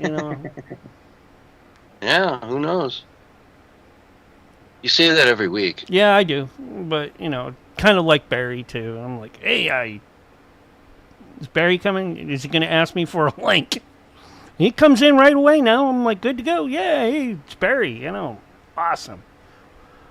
I'm all psyched up, and boy, is here lately, I don't know, the last couple Mark, weeks, you make man. up stuff about Barry. You guys are I am so busy telling with you, your AI music, Barry. you just have to make up stuff about Barry. I'm not making anything up about Barry. I like Barry. I like it when he gets fired up, except when he takes it right into our break. All right, that kind of frazzles me.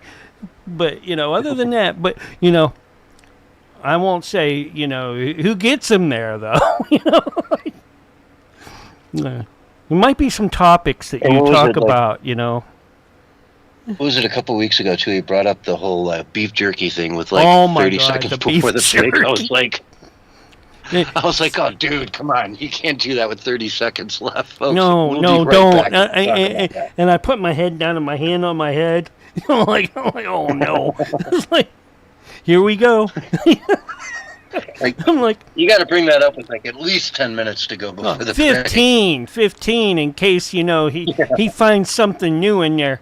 I'm just going to say, at least it wasn't chemtrails this time, all right? The skies have been clear for him. I'm like, okay. Nothing going on in the supermarket. All right, good to go, Barry. Oh, you got something new. Let's hear about it. But not 2 or 3 seconds before the break. Should we switch rooms here? Yeah, no, actually, we got to... Let's go ahead. Well, I can go till 58 and tonight, right? If I do this right, you can. Yeah, which means we'd wait another at least 15 seconds. 30 seconds on this. Oh, no. Okay, so let's just let this room die, and then we'll start a new we'll one. let this room die, and then I'll restart it back up. All right? Sounds good. Because it'll let us... It's been giving me a little bit of buffer here lately, but, because I said that, it probably won't. Yeah, on Wednesday, we went well over an hour on one of the rooms. So yeah, I mean, what can I say, I wonder if they lifted that, if they changed that. No, because I got cut off on Nancy's show. And I wish they had a ready timer somewhere on here you could actually see. I have one on my end. Up on the top corner, it says 59, 52, 53, 54, 55, 56, 7, 8, 9, and... Okay, I think we're close enough that it's going to take me, at least 30 seconds or so to get this going anyways and us back up. All right, folks, stick around. Hour 2's coming up, and we'll have Willie the Worm Farmer on. All right, let me dismiss that and get us back up rolling.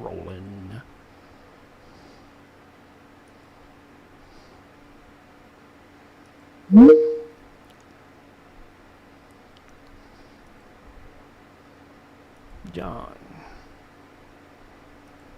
Hey.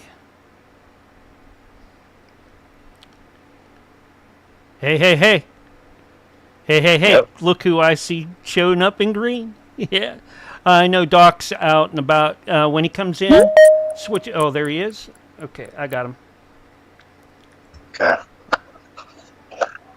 Hey, Willie, how you doing, buddy? Hey, I'm doing good. Oh, yeah. Oh, there he is. That's funny. I saw him pop up on your screen, on your monitor. There he is. No, he's on mine. Yeah. There we And go. no good. Stealing, no good. Willie Lee. He ain't coming in here tonight, is he now? Because I know him. He ain't no good. I know that guy.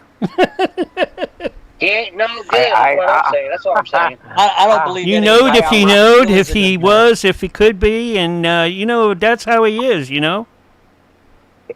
Yeah, no, hey, I ain't listening. Y'all go ahead and keep on talking. Well, it wouldn't be the first time, Willie. But anyways.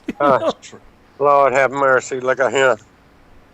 I done lived Look at here him like now, a look good at him winter now. 5 years ago. I need some money, Doc 69. Well, that makes two of us. Hey, I got goings on, man, but I got ideas too. Come on. Hey, I Yeah, lost. I was long on shipping futures, and the Strait Oh, of good for Hormuz you. is shut down. So now I'm not. It's not so good. I'm down big, guys. Wouldn't that Down be really good? I don't know. I have Aren't no idea. shipping costs going through the roof? I haven't done my Goyam homework yet and learned how to short the shipping How to lanes sell? yet. Yeah, I was making an the Epstein price joke. of shipping would go up in a war. Yes, it actually did. It did. So if you're long, you should be making money. If you're in the futures be. market, that means you're using leverage.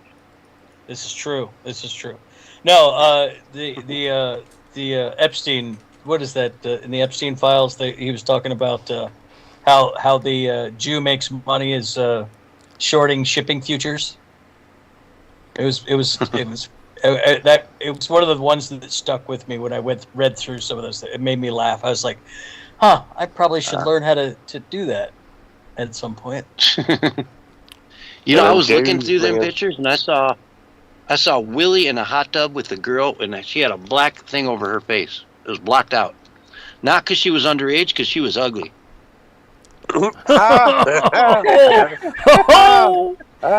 That's funny right there. Come on. Hey, Willie, did I ever tell you I almost get kicked out of a tent when I was back in the service while I was stationed over in Saudi Arabia? Yeah, I got No, hey, but I know what you did do, but go ahead. Well, anyways, one of the locals, okay, there was working in the kitchen and that, helping out, and he goes, "Where are the Jews at?" And I'm like, I think they went back to Israel, and he got mad at me and goes, "No, orange, they're orange." I'm like, I didn't know they were orange. He goes, "No, orange and grape, the kind you put in for drinks." I'm like, "Oh, okay, I didn't hear you right. I'm sorry." Hey, Mark. Hey, man, you need to stick to producing.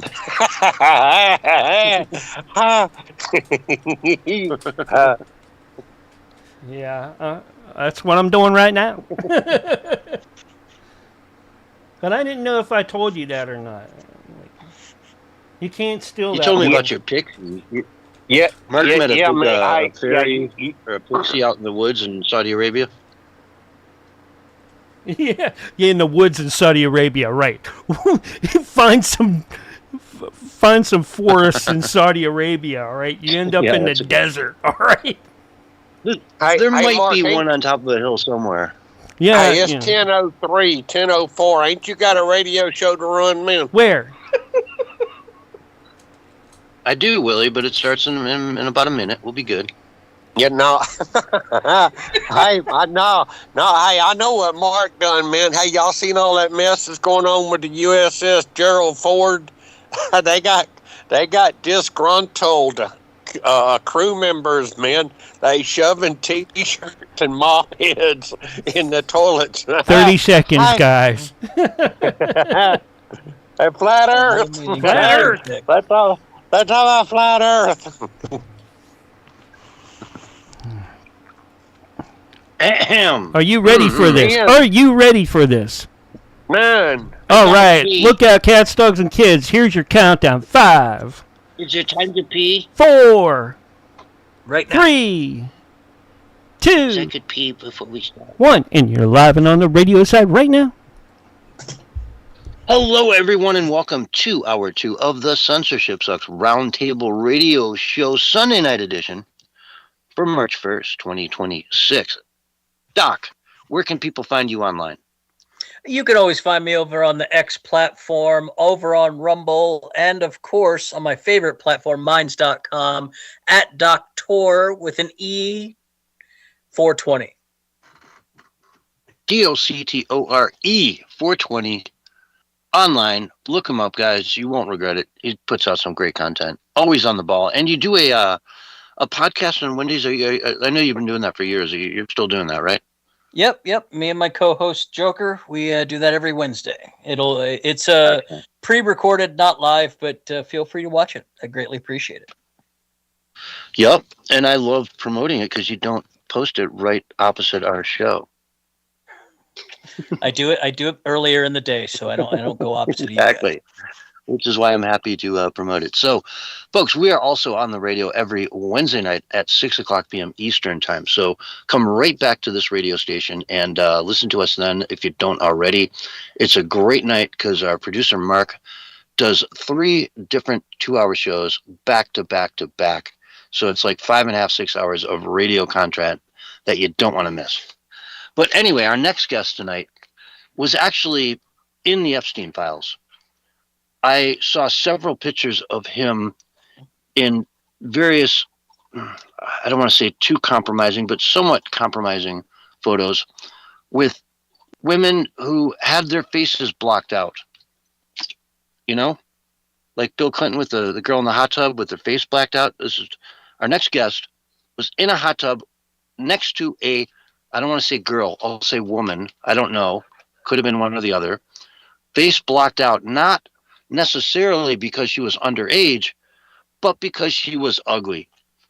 Willie, how you doing? Hey, man. Hey, it's true. I ain't gonna lie. I was ugly, man. I We was used up to there, use man. paper bags for that. Yeah, no, man, hey, I was grinning like a bird-fed cat, man. I had my big old black cowboy hat on and my sunglasses with the store tag still on them. Hey, look at him. I was having a good time, man. Hey, but them old girls, man, you talking about ugly? Hey, they were uglier than 10 Aunt Mama Lou's 23 sisters. Hey, she got 23 sisters. Aunt Mama Lou does. She got 23 sisters.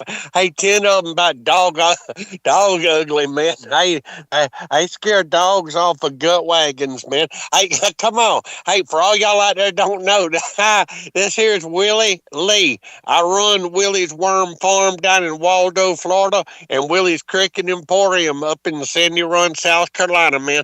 Hey, I sell worm hot dogs and pea jugs too. Hey, before we get started, I get to running off at the mouth, man. Hey, I need to say hello to you folks. Come on.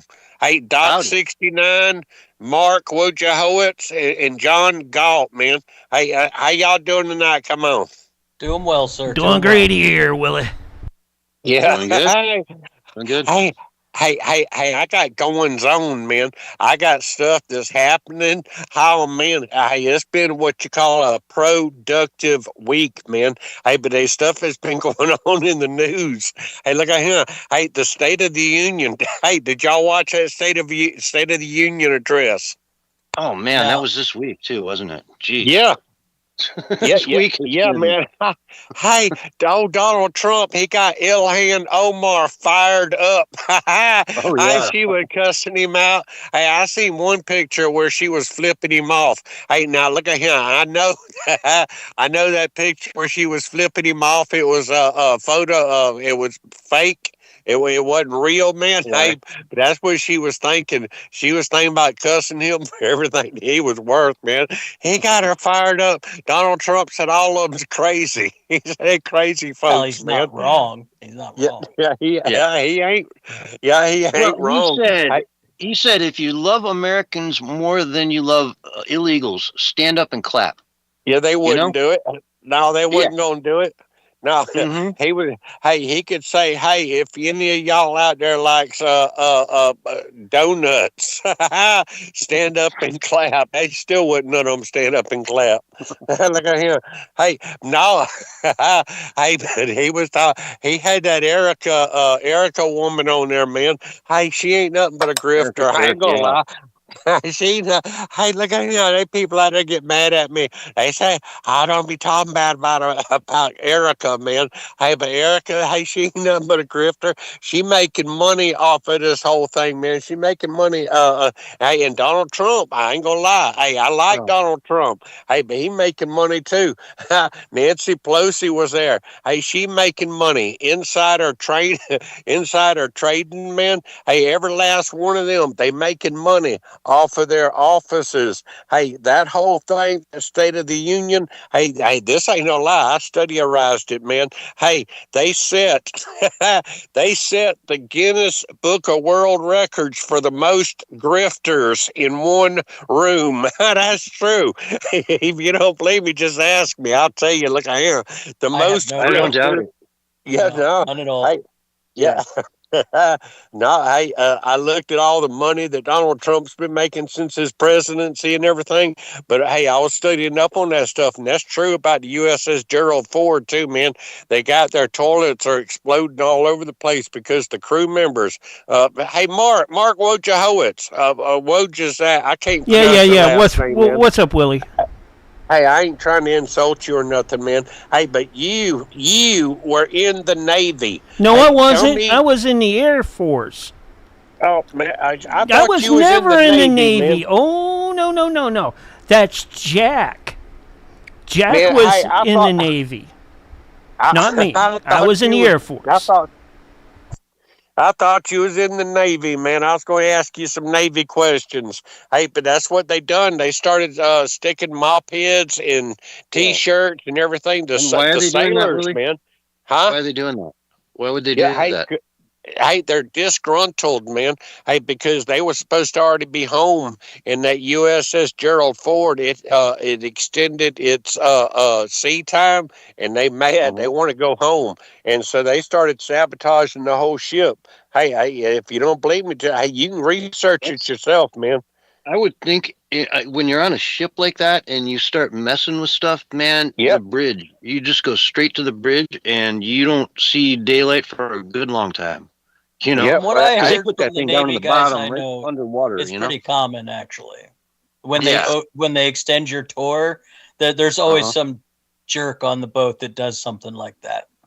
Yep. Yep. That's what I heard But from the yeah, Navy guys. I mean, you sign up for being part of a war machine to work on a battleship like that. Then if there's a war, yeah, you might not go home right away. You know, you might not go home Yep. ever. Quite frankly, if there's a war, right? Yep. Yeah, but there's jerks and dinguses in every event at every time in human history. Being on a battleship doesn't change that. Hey, Jerks and no, dinguses. they're saying that. Hey, they're saying that ship has got problems with the vacuum system, and it's a failure because the pipes are too little or something or another. And they knew about the problems, and they're trying to fix the problems. They got Mhm. 650 plus toilets on the USS Gerald Ford that use a specialized. And I'm reading this off, man, because I ain't lying. They got a specialized vacuum system, and a Yeah. single valve failure can shut down an entire zone. And it says the root cause, man, is got to do with the pipes, but it's also got to do with T-shirts and mop heads being flushed Dude, by the crew. Hey, but look at here. I heard Hey, it was so bad. I heard it was so bad that they had to cancel Taco Tuesday. hey, that's funny. Hey, yeah. Hey, you need to be a comedian, man. Hey, look at here. I got the works going on, man. Hey, I'm gonna be on a radio show out of North Carolina, man. Hey, and hey, I might just bring you Sure. along with me, man, because you funny. I'm telling you. Hey, but they got me. You sure They about want that? me to. Have you read your What? contract? Yeah, no, hey, I ain't. Have you read your contract, Willie? Are you No, sure? I hadn't read it yet, man. Hey, but we moving on, man. Come on. Hey, you're cramping my style. I'm trying to get on with this whole thing, All man. right, I go got ahead. stuff. New Orleans. I got. Hey, Tell us about New Orleans, Willie. hey, I Go know. on. I got stuff. I got stuff to tell y'all, man. I'm trying to get through it. Look how. Hey, but they got me Go ahead and tell us. advertising, man. Hey, they wanted me to advertise for this one drug, man. Hey, it's called Nodradol. Not, and it keeps you from nodding off, man. And I told them that I would, under no circumstance, advertise for no drugs and no medications. I would not tell anybody that Nodradol is a fast-acting inhaler that prevents drowsiness, and it's recommended by 9 Hey, out of hey, 10 Willie, doctors. look. That, Willie, that, Willie, Well, no. that no, Willie, sounds no, like you can't amphetamines. run ads on the show. I told you no, 100 times. yet no. Hey, that's You what I'm can't telling you, use this man. airtime to run ads for your own enrichment, Willie. Yet no, Have you no. read your contract? You can't do it. Hey, I'm telling you, man, that's what I wasn't going to do, man. I wasn't going to tell nobody how good that Nodradol No, fast acting inhaler hey. that prevents I drowsiness said, works, man. Willie, no. Yet Hey, cut no, it out. yet no. Hey, Cut, I ain't. cut it. No, I'm not. I'm not Zip going to it. do it, man. Zip, Hey, but I got. zip it. Yet Hey, no. Hey, zip, but I got zip. another idea, man. Willie. Hey, no. All right, Hey, tell us your other idea. yeah, no, hey, my other idea, man, hey, I come up with an idea for a Change the quantum subject. sync. Yeah, this is a quantum sync bioneutralizer, man. And it's my own This is private. another advertisement. Not, no, hey, this is aura buffing technology, man. Hey, it's a bioneutralizer, and you put it under your Hey, bed, and it Willie, if How you much need did you money get paid that for this bad, just spot? ask Doc. No, it's I'm called looking for new Griston. sponsors. No, hey, this thing right here, you put it under your bed, man, and it absorbs poverty frequencies, man. There are No, it doesn't. poverty Nope, frequencies, and it doesn't work. absorbs them. Yeah, no, I'm reading the I'm reviews telling you, on it man. right now, Willie. It's all 1 star. Everyone says it doesn't work. No, what? Hey, it's still in the works, man. Hey, but I don't. Hey, Worst look at product here. I ever bought. Yeah, You'd no, be an hey, idiot y'all to buy this remember? product. Doesn't Yeah, hey, work. yeah, it works, man. I'm Front telling star, you. 1 star. Hey, I'm no, reading the reviews on it right now, Willie. no, hey, it ain't even on the market yet, man. It ain't on the market. It's I got all the advertising and everything. I'm printing up the paperwork for it and everything, and that's what I need. Doc 69. Hey, Doc 69 for 19.99, man. Hey, you can help me out if you send me 19.99. I can start and get this show on the road, and I can start printing out the pamphlets, and the pamphlets are going to say stop living in 3D and start existing in 5D. The quantum sync bioneutralizer is proprietary. I don't It's a have non. 1999. What? Hey, I'm telling. Hey, look I at. sent my 1990 check. I sent my check to Saul, and he was supposed to send it to you. No, hey, you can't trust Saul Goodman. Saul Good is crooked as the day is long. I'm telling you. Hey, but y'all remember way back when I come up with the idea of going down to the crematory and getting parts, because whenever they cremate somebody, if you've got like a pacemaker or a hip joint or any kind of nuts and bolts and gold teeth and stuff in you, man, hey, they take that stuff out of you before they put your body ashes in the urn, man. Hey, but I come up with a deal with the people down there at the crematorium that and I used to sell that stuff for junk iron, man, but I found out that you can get more on the market for these products than if you sell them for junk iron, man, like pacemakers. Are and you selling used hip replacement parts to the Chinese? No. Hey, I'm selling them at the flea I'm just market. asking because they contacted me the other day. Yeah. I mean, is it the same guy? Yeah, no, I'm selling these things down at the flea market, man. Hey, the cost okay. of a new hip implant, just the pin, the screw for a hip implant is $3,000 to $10,000, man. I get them free from the cremation place, man. Hey, and I can sell them. I sell them for $500 to $1,000. I'm telling you, man. Hey, and that's something else, So man. why did I need to send you 1999 through Saul Goodman for then?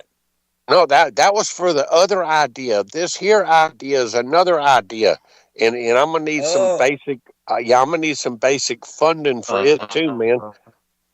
Yep. Yeah. That No. sounds Hey. like a really good opportunity, honestly. I Yeah. mean, I can see the ad now, like, heart, pacemaker for sale, Yeah. slightly used, as is. Gently used. You got to use gently. Exactly, man. Hey, and it's a lot better than doing the advertisement for Nodradol, which is a fast-acting inhaler that prevents drowsiness. That is Hey, I'm recommended talking by over you. You 9 out cannot of do 10 that on the doctors. show. Will, hey, What? hey, Yeah. What? hey, no. Hey, I'm 9 out of 10 doctors said it's the worst product they'd ever seen. Exactly, man. See there, I agree with you. I refuse to advertise for them, man. I refuse to advertise for Nodradol, which is a fast-acting. They're advertising as a fast-acting You'll inhaler the that check, though, prevents. won't you? You'll cash the check. Yeah, no. You'll cash that check, but Yeah. you refuse to do it. But yeah, I see where you're working, Willie. No, No, the answer is no. You man. can't promote your junk science products on the radio show. We Exactly. don't know if they're going to kill people or save their. We don't know anything about these products. You cannot push them on the show. Period. I 100% agree with you. 120% agree with you that we should not be promoting. Stop. But that we should not be promoting Nodradol. If you say it again, you're not getting your $3.50 for tonight's show. Okay. Well, hey, if you say the NOG word again, the NOG word, if you say it again, you ain't getting your $3.55 for tonight's show. Oh, yeah, hey, you got to have ideas, man. Hey, there's this one guy, man. He come up with an idea. Hey, this is a true story, man. Hey, this was out today. I read it. There was a man who lived in a rent-free in a New York hotel. Hey, then he claimed to own it. He pled guilty to a fraud charge. Hey, what he done, man? Hey, this is what this fella done. Him and his boyfriend, they rented out this room. Hey, and under a particular law that they found out that if you rent a room, then you can also lease the room. So what he done is, this is a 1969 law. This guy, his name is Barreto, and him and his boyfriend paid $200 in 2018 to rent one of the more than 1,000 rooms at this hotel, man, in New York. And then what he done is he requested to lease it. And then the hotel said, no, we can't lease it to you, man. So he took them to court. But what happened is they didn't show up for court. So he won that room. The court gave him ownership of that room. Hey, then what he done is he forged the paperwork and made it look like not only did he have ownership of that room, he had ownership of the whole building. So, God. I will give him some props. That's impressive. Yeah, hey, I give him props until he tried to take over the whole building. I mean, for one room, man, you're hats off to you, right? Hey, this is a true story, man. The guy's name is Barreto. Hey, now the building was owned by Unification of World Christianity, which was founded in South Korea by Sun Myung Moon. Hey, y'all remember that, man? Hey, I remember that guy, Sun Myung Moon. Hey, they owned this building, but the church did not respond to an emailed inquiry. So he started collecting rent from hotel tenants, man, saying that he owned the whole building, man. He demanded that the hotel's bank transfer its accounts to him. Hey, he was eventually evicted from the... Hey, I'm telling you, man, that's this whole thing. You got to have ideas, man. You got to have ideas. If you'd stuck with the one room, you'd have really made out like a bandit, right? Yeah, you own the one room. He did make out like a bandit, man. Hey, I'm going to start my own group like this Unification of World Christianity. Hey, out of South Korea. Hey, I am going to start the Church of Willie. The Church of Willie. Right. I'm really glad you brought this up, Willie. The Church of Willie. It's a great subject to bring up when we have like 30 seconds left. So yeah, man. Go ahead. I'll let you talk about it for the next, say, gosh, I mean, we've got 30 seconds left. So the Church of Willie, you're bringing the first time ever on the show. This is so exciting. I cannot wait to hear what you're going to do with the church. You got 10 seconds. Go. Hey, we're going to talk about flat Earth, man. Flat Earth in the next segment. Look at him. And we are not going to promote Nadradol, which is a fast-acting inhaler. Folks, we're going to break. We'll be right back after this. Willie, you're not getting paid tonight. You're not flat getting Earth, paid. man. Hey, right? No, we're out. Willie, we're already on break. You're not getting paid. Okay, you're done. You're cut off. Okay, I didn't know we were going to. I thought you guys. I was waiting for you to say, "All right, now we're really going to break." I know. I wanted you to. That worked out perfect. Yeah, it worked out good. I held it over for. What I wanted. I held it over for like 10 seconds, but it was funny. No, man, you're a riot. It worked out perfect. You are a riot tonight, Willie. You really are. I didn't even get around to the part where Aunt Mama Lou is a grifter too. Oh, you wait till she comes back here. She's gonna tan your hide, young man. Oh yeah. She already knocked him and Hansel out before. What will she do to him this time? Yeah. Well, Donald Trump when's the last time Willie got hit on the head with the frying pan? The remote control frying pan. Bonk. Yeah, Donald Trump has made $3 billion in his presidency just this year alone. No, Willie. I was told convincingly by Senkuger that he was a loser and he was broke. Yeah, he definitely ain't broke, man. Hey, I've been looking into it, man. His cryptocurrency and business ventures and all his dealings with all these Arabic, Middle Eastern countries and Vietnam. Man, he's building golf courses left and right and resorts left and right. Hey, this whole thing with the Board of Peace. That's all he wants to do is build resorts in Gaza. Well, I mean, if Gaza turns into a world-class vacation place, then so be it, you know? Anyway, that's another night of Willie.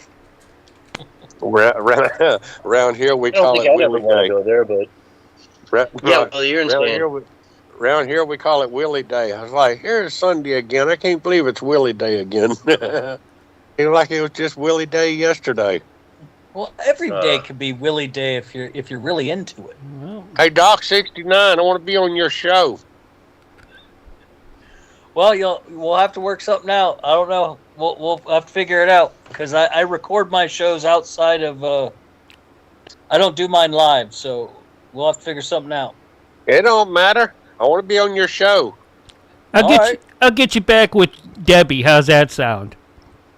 That's fine too. I talk to her probably about once a week. You're always welcome in Nancy's show. You know that. Well, James is. No, I don't think Nancy likes me too damn much anymore. Why? James is an idiot. Yeah, James is an idiot. People don't like James. James is too opinionated. Willie's way smarter than James. I'll tell you. See, at least Willie's easy to get along with. James, James ain't got no friends.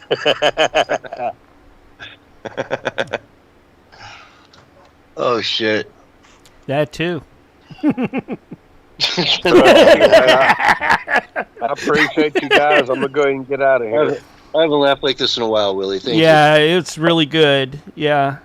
That was almost like having David Ogden with us. Yeah, I miss David. Miss Yotivation Nation, too. Mm-hmm. I miss Rizzo. Yeah. I miss Barry. Josh, yeah. You haven't seen Barry? Yeah, you ought to come in on a Wednesday sometime, Willie. Yeah, just to swing in. Just to mess with Barry, you know? You want to come in for a pre-show on Wednesday? That'll be funny. Yeah, Send me a link. I'll see where I'm at. Yeah. Why don't you come in at the same time you normally do at 7 o'clock would be on Wednesday Eastern time. So right, the beginning got of the second hour, right? Great Yeah, Conspiracy Mark is re-streaming us, and he's like, good stuff, guys. Like, thank you. Yeah? All right. Shout out to you. Hey, I do birthday parties too. Anyways, Alright, we'll we're talk under to y'all 30 later. seconds. We're got a countdown coming up here. Any second Bye. now. All right, you take care, Willie. All right, Willie. Later, Willie. Love you, brother. You too, man. All right, here it comes. 5, You too, huh? 4, Oh, man. You can't even say it. He just 3, says you too. 2, 1, and you're live and on the radio side right now. Hello, everyone, and welcome back to Hour 2 of the Censorship Sucks Roundtable Radio Show. The fastest 2 hours in radio. Tonight is March 1st, 2026. And with me, I've got Doc on the mic. What's up, Doc? Just rolling here for Willie. He was on fire tonight. Him and his new drug he's trying to sell. I mean, I can't be having that. You know that, Doc, right? I can't be having that. It's a violation of his contract anyway. He knew that. He's not supposed to do any outside endorsements on the show. Yeah, I mean, if you came to me next week and said, hey, man, I really want to plug this new drug from, whatever pharmaceutical that I've never heard of, by the way. Well, no, we need to see studies. We need to get it past the lawyers. We need to know that this thing's not going to kill you if you pop 2 of them in a day instead of 1 a day. You know what I mean? It's how dangerous is it? What does it do? Are there actual clinical studies behind it? You can't just come in willy-nilly and start peddling drugs to the mass markets. Yeah, and then we have network issues too with that as well, because when you take and advertise something like that or bring something like that up, we don't know if those stations that are connected with us still have any kind of contract saying they can't have them on or that product on or not. Uh-huh. Okay, thank you. Yep. So anyway, we're in it with Willie. The guy's insane. We all know it. But we're looking at some news here to get into in this next hour. And Trump is saying that Cuba might be the friendliest takeover of all time in human history. What do you think of that, Doc? Oh, well, I mean, look, out of all of the invasions that we've talked about so far, Cuba's the one that, like, literally does. We wouldn't need to do much of anything. I mean, if we continue to keep them from getting oil, and they have to keep getting their oil from, like Russia, for example, is trying to send them oil now as an emergency. If we keep that up and blockade them, Cuba would pretty much be over.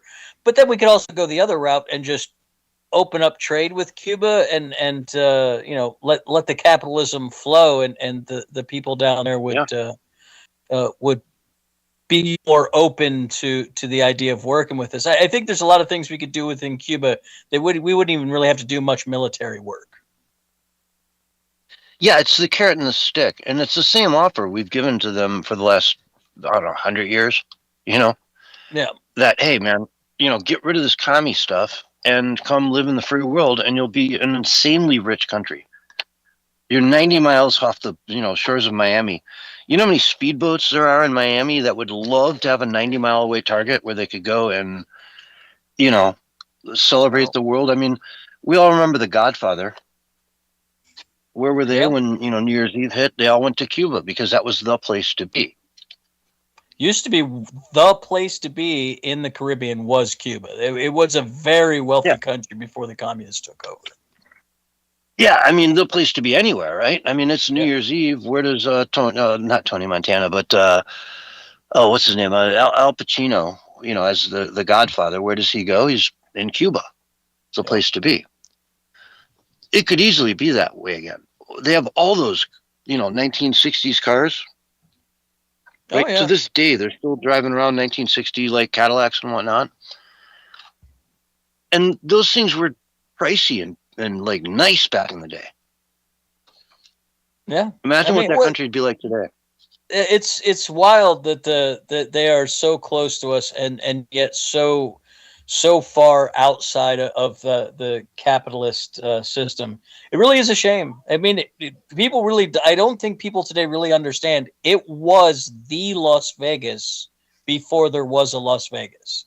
It Yeah. was the place that every rich and powerful person went to spend their holidays. They went to Cuba. That was the Caribbean island stop. And when that went away and became a communist island, it changed forever the Caribbean and how we, Yeah. America dealt with the Caribbean. It would be a huge shock to the people there if it ever opened up. Because money would flow into that island like the giant sucking sound that Ross Perot warned us of. Yeah. But it would be going into a free country 90 miles away, a half-hour flight from Miami. Like, yeah, your airplane goes up. It's a 747, by the way, because there's so many people that want to go there. So your 747 leaves Miami, goes up to an elevation of about 600 feet, and then you're there. Yeah, I mean, and you would have, a whole different way of dealing with the business interactions with the island. Then, I mean, you could have import businesses pop up out of nowhere. You could have beyond just the people coming in to visit the island. You could actually have businesses come and start developing the island. There hasn't been any real development in Cuba in the time that they've been communist. It's all been backwards. Like you said, they still have 1950s cars. And this article from Post Millennial talks about Trump says U.S. may have a friendly takeover of Cuba. Now, I don't want to redraw the maps. I don't want to add it as a state at all. You know what I mean? There's a lot of talk about, this expansion of America into, let's take over Canada. Let's take over Greenland, Cuba, Venezuela. Let's make it all part of America. No, I don't want that at all. Right? I want Cuba to be Cuba. I want them to have their own country and for them to rule themselves, but to be an open, democratic, well, I don't want to say democratic because, our forefathers warned us about democracies and how horrible they are, and they've been proven right. A representative republic is what we have if we can keep it, as Benjamin Franklin so famously said. But here we are looking at a situation where Cuba could really just throw in the towel any day now and say, we're done. We're cut off. Uncle, please let us into, give us the carrot. Give us the carrot.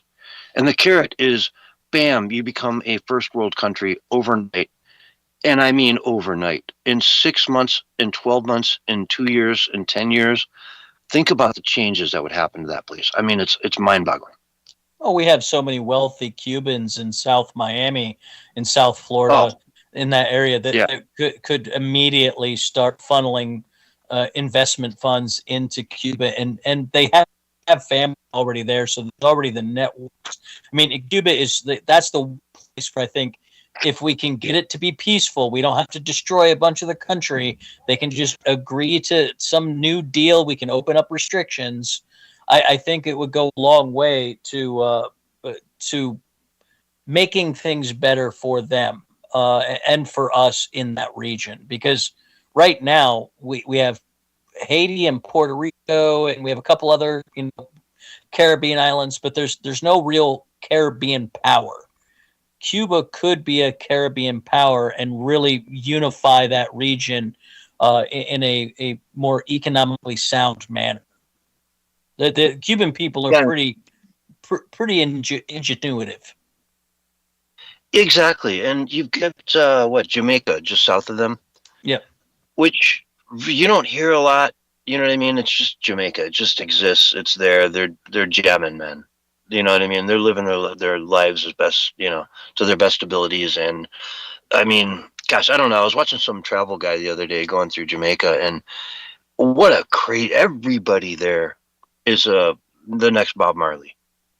I mean, Yeah. you can stop any person on the street and say, give me your best reggae or your rap, whatever. They've got it on. It's like Japan with the karaoke. You know what I mean? Yep. Yep. But they haven't, but they just exist. But Cuba, as you were saying, would thrive in that environment. Thrive. I mean, they would make money hand over fist. Costs would go up dramatically, but when a taxi cab ride halfway across the island, which is like the size of Florida, costs $50 versus $500 in Florida, yeah, prices are going to go up. It would be very interesting if it could be done. I think it would be a positive if it could be, but it's got to be done delicately because there are geopolitical consequences. China has their tentacles deep into that area. And I'll tell you, if God, if that ever happened, and you're like some automotive dudes, like guy who just loves '60s cars, and you go down there and you retrofit all those things, and you make a law in the country that just says, these cars are forever to be like, we don't want cash for clunkers to ever touch these cars. They should be like the representative of the country. You know what I mean? All those 1960s cars, just fix every single one of them up to the nines and sure they always stay on the road forever. Yeah, and I don't have any doubt that could be a thing that happened if Cuba were to ditch the communism. But that's the real thing is, are they now culturally communists now that it's been so long? It's hard to tell. Well, it's like a lot of people that come up from Central America and the United States. They're not. They understand that America is different because we are a capitalist country. Yeah. You know what I mean? If you came here as a quote-unquote refugee, I would argue economic refugee, from anywhere in Central America, you understand there's a difference. America has freedom. And that's why you're here, and that's why we're successful. And you really don't want to come here and just see that go away. You know what I mean? So I think communism, people who lived under communism are the first ones to say it sucks, and we don't want it. Yeah, this is very true. We see that very often. Exactly. Anyway, let's move on to some other stories here. Breaking news. The CEO of the World Economic Forum, Borg Brend, resigns after investigation into his relationship with Epstein has been launched. Good riddance. Reading from MAGA Voice over on X. The World Economic Forum is something we've talked about ad nauseum on the show over the years. Over the last 2 decades, we've been on the air almost 8 years now. But I mean, I've been covering this stuff for 20 years. The World Economic Forum, the head of it, right? The new CEO, the guy who took Klaus Schwab's position, Borg Brend, is out, Doc, because of his relationship with Epstein. And they started looking into it, and he said, I better just step down. I don't want to bring down the World Economic Forum under my I would just as soon step down to make sure the World Economic Forum can continue unblemished. Yeah, no, you're blemished, dude. The World Economic Forum is blemished, Doc. I think all of these superstructures that the globalists have built are in a lot of danger. I will say, give Trump a lot of credit for this. His foreign policy, despite my despising of the interventionism, his foreign policy otherwise has been devastating to the globalist system. The globalists are actually reeling under Trump, and it's part of the reason why Europe has been such a thorn in our side this whole first year and a half of his second term, because they are under the thumb of the globalists. And so the World Economic Forum getting taken down, and many of their members being taken down with this Epstein network thing, is just some nice icing on top of the cake. It's pretty nice. I like it. Yeah. And as a non-interventionist, I mean, we talked about what happened in Venezuela while it happened. You know what I mean? I think it happened on a Sunday. So it was like fresh off the press when we went to air. And I mean, it took them. They went in and left. The whole operation took what, like 3 hours? You know Something what I like mean? that, yeah. That's foreign intervention. That's how it's done. I mean, if you're gonna do it, and you can go in, snatch the leader, take him out, and leave somebody in place to work with you that's willing to make a deal. That should be. I mean, again, it's like we talked about the top of the show. If you are willing to try to win, you have much different outcomes than if you're just trying to grift money of a forever war. Yeah, it's like I don't know, you like a picture of bar fight where somebody just throws one punch, it's over, and they say okay. Versus like this drawn out battle in the parking lot that takes an hour, and they both go to the hospital. And then somebody, who's got their pride hurt decides they want to pull out a gun. Yeah, that's what we saw in the Middle East for years. Yeah. Yeah, and it just went on, and with no end in sight because, like you said, there's so much money in war. And if you go in there, it takes 3 hours. You take out the leader, you bring him back to New York, and put him on trial. Yep. That's like, where's the money for Raytheon in that? No, there isn't any, and that's really the key component to a lot of our foreign policy in the past. Yeah. I mean, Raytheon can make the money to put the technology in place that allows us to be in there and get out. But they're not going to make, the infinite amount of money that you would make if we just stayed there for 6 years. If we were still in Venezuela, I'd be pissed. As pissed as anybody. You know what I mean? Yep. Like, and that, I think that's the thing that so many people are who are anti-interventionist fear, that at so many turns that it turns into that system, and we don't want that to happen again. Mm-hmm. All right, here's an interesting article I've got from Zero Hedge.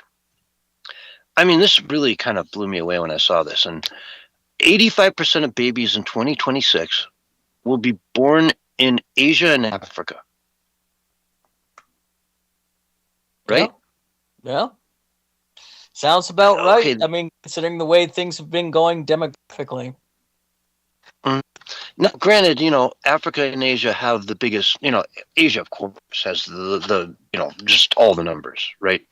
Like, so much of a large percentage of the population lives in Asia, and Africa to boot.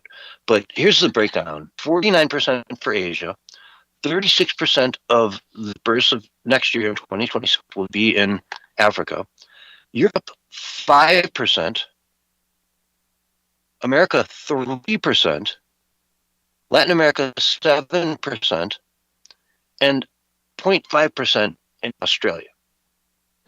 Okay. Now, Australia is, a country and a continent. It's not very big. That makes sense. I'm not like, no fear mongering over Australia, but 3% for North America and 5% for Europe. Yeah. Those are crazy numbers. Well, and that's a sign of our demographics, right? These elder population and not many young people. And we're also going through this cultural thing that happens with wealthy countries where our kids aren't having kids.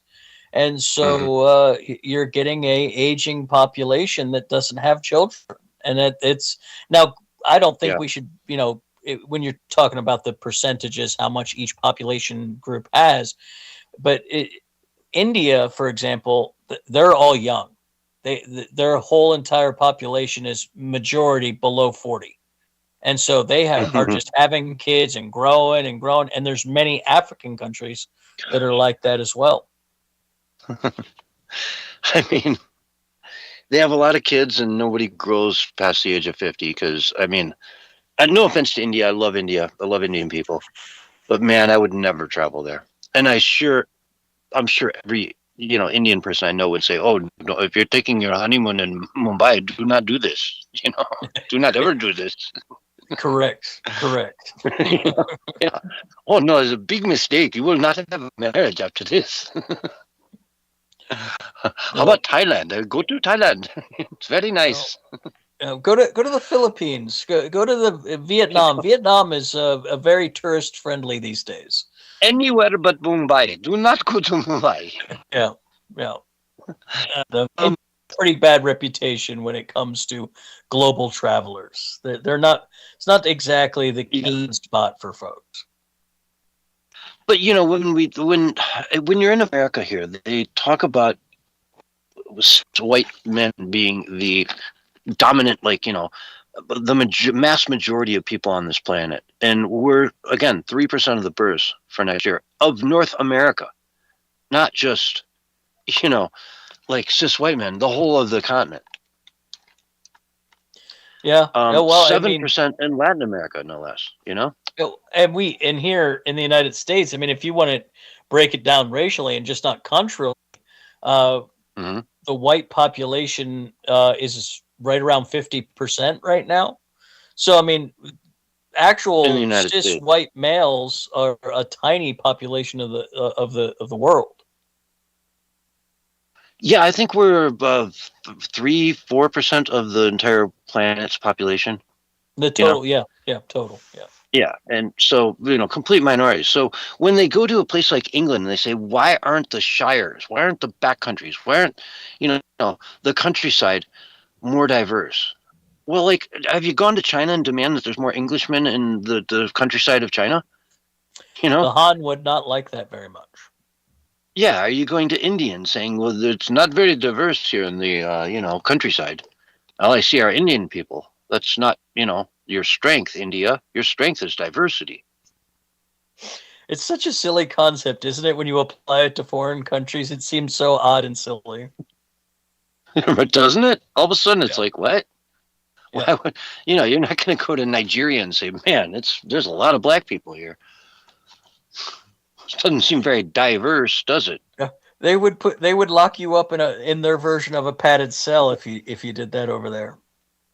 Exactly. Yeah. Exactly. So, let's see. There was a shooting the other night in, what was it? I'm sorry. No, let's actually go into the elections over in the UK. They had a by-election.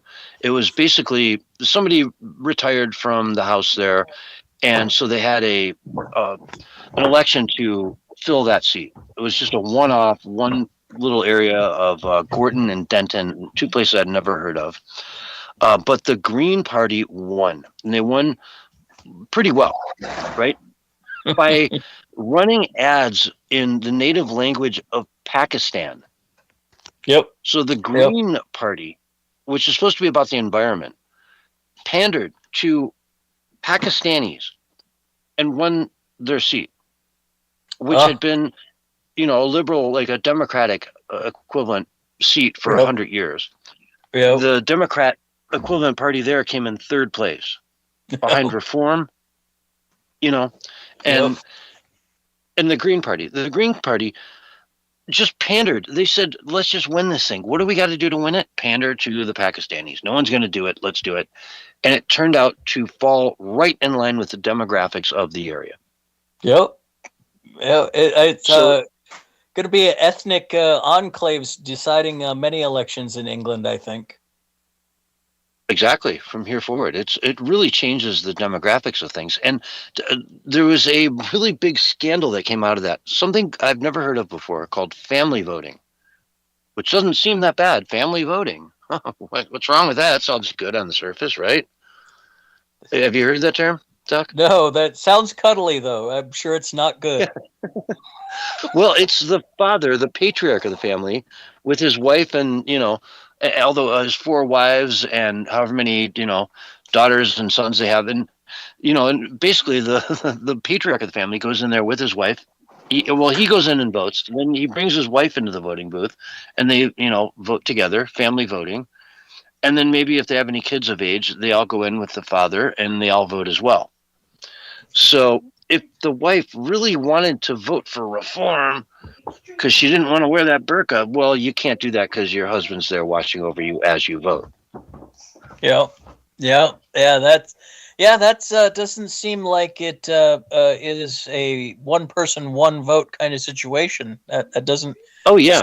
doesn't seem very legal. I don't know if it is over there, but that sounds like a terrible idea. Well, how about women's rights too, right? There was always that thing like back in the 70s and 80s where, yeah, sure, your husband's very conservative, but you're not. And you can just sort of say, yes, honey, yes, honey, yes, honey. But when you go into that ballot box, you can vote for whoever you want, and he's none the wiser, right? That's out the window. Oh yeah, Islamists don't put up with that nonsense. Oh, no. But, the UK does. Yeah, it's I mean, it's two-tier kier. The Muslims get to do their own thing because that's the way that goes over Yes, there. Stama! You have to say the name correctly. It's Kiastama. Kiastama. Sakia. Sir. You understand? Respect us, sir. Yes, sarcasm.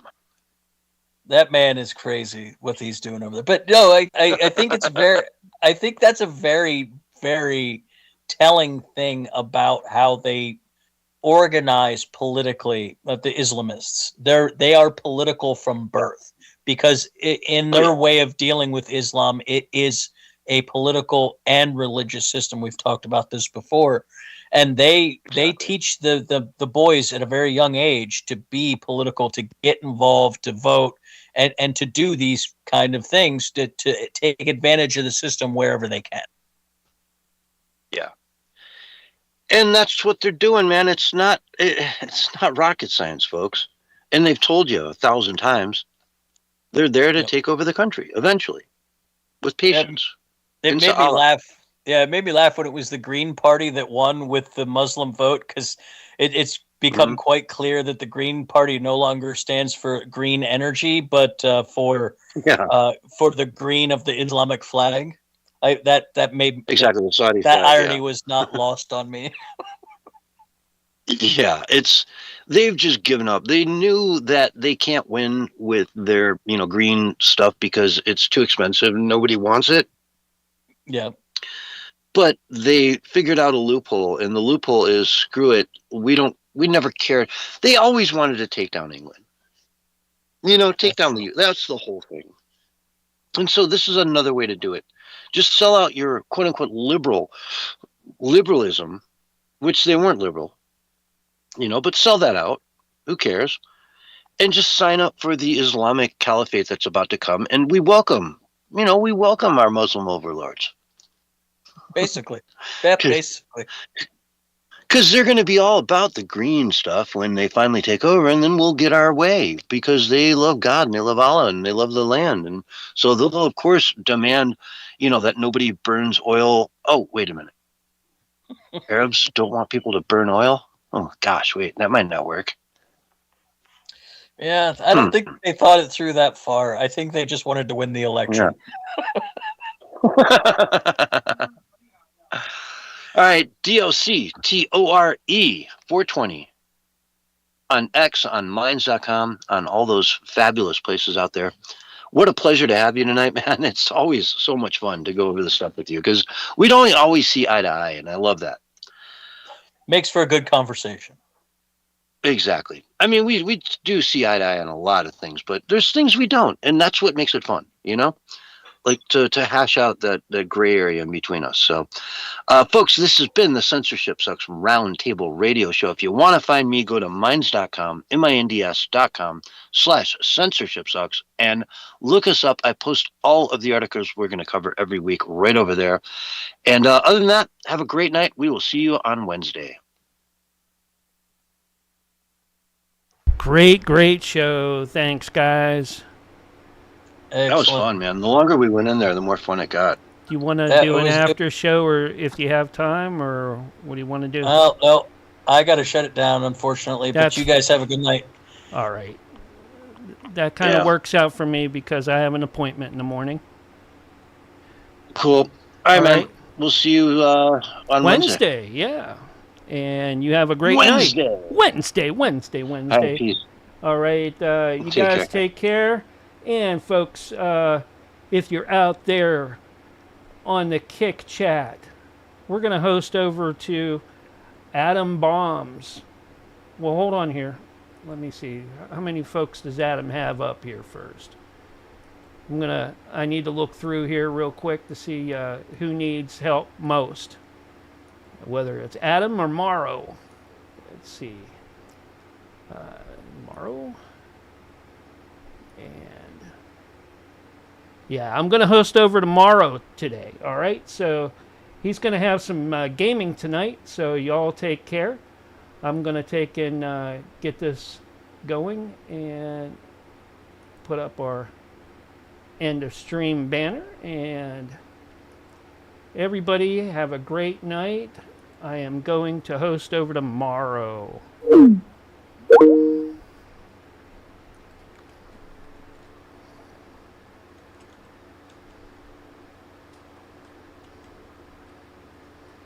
Y'all take care.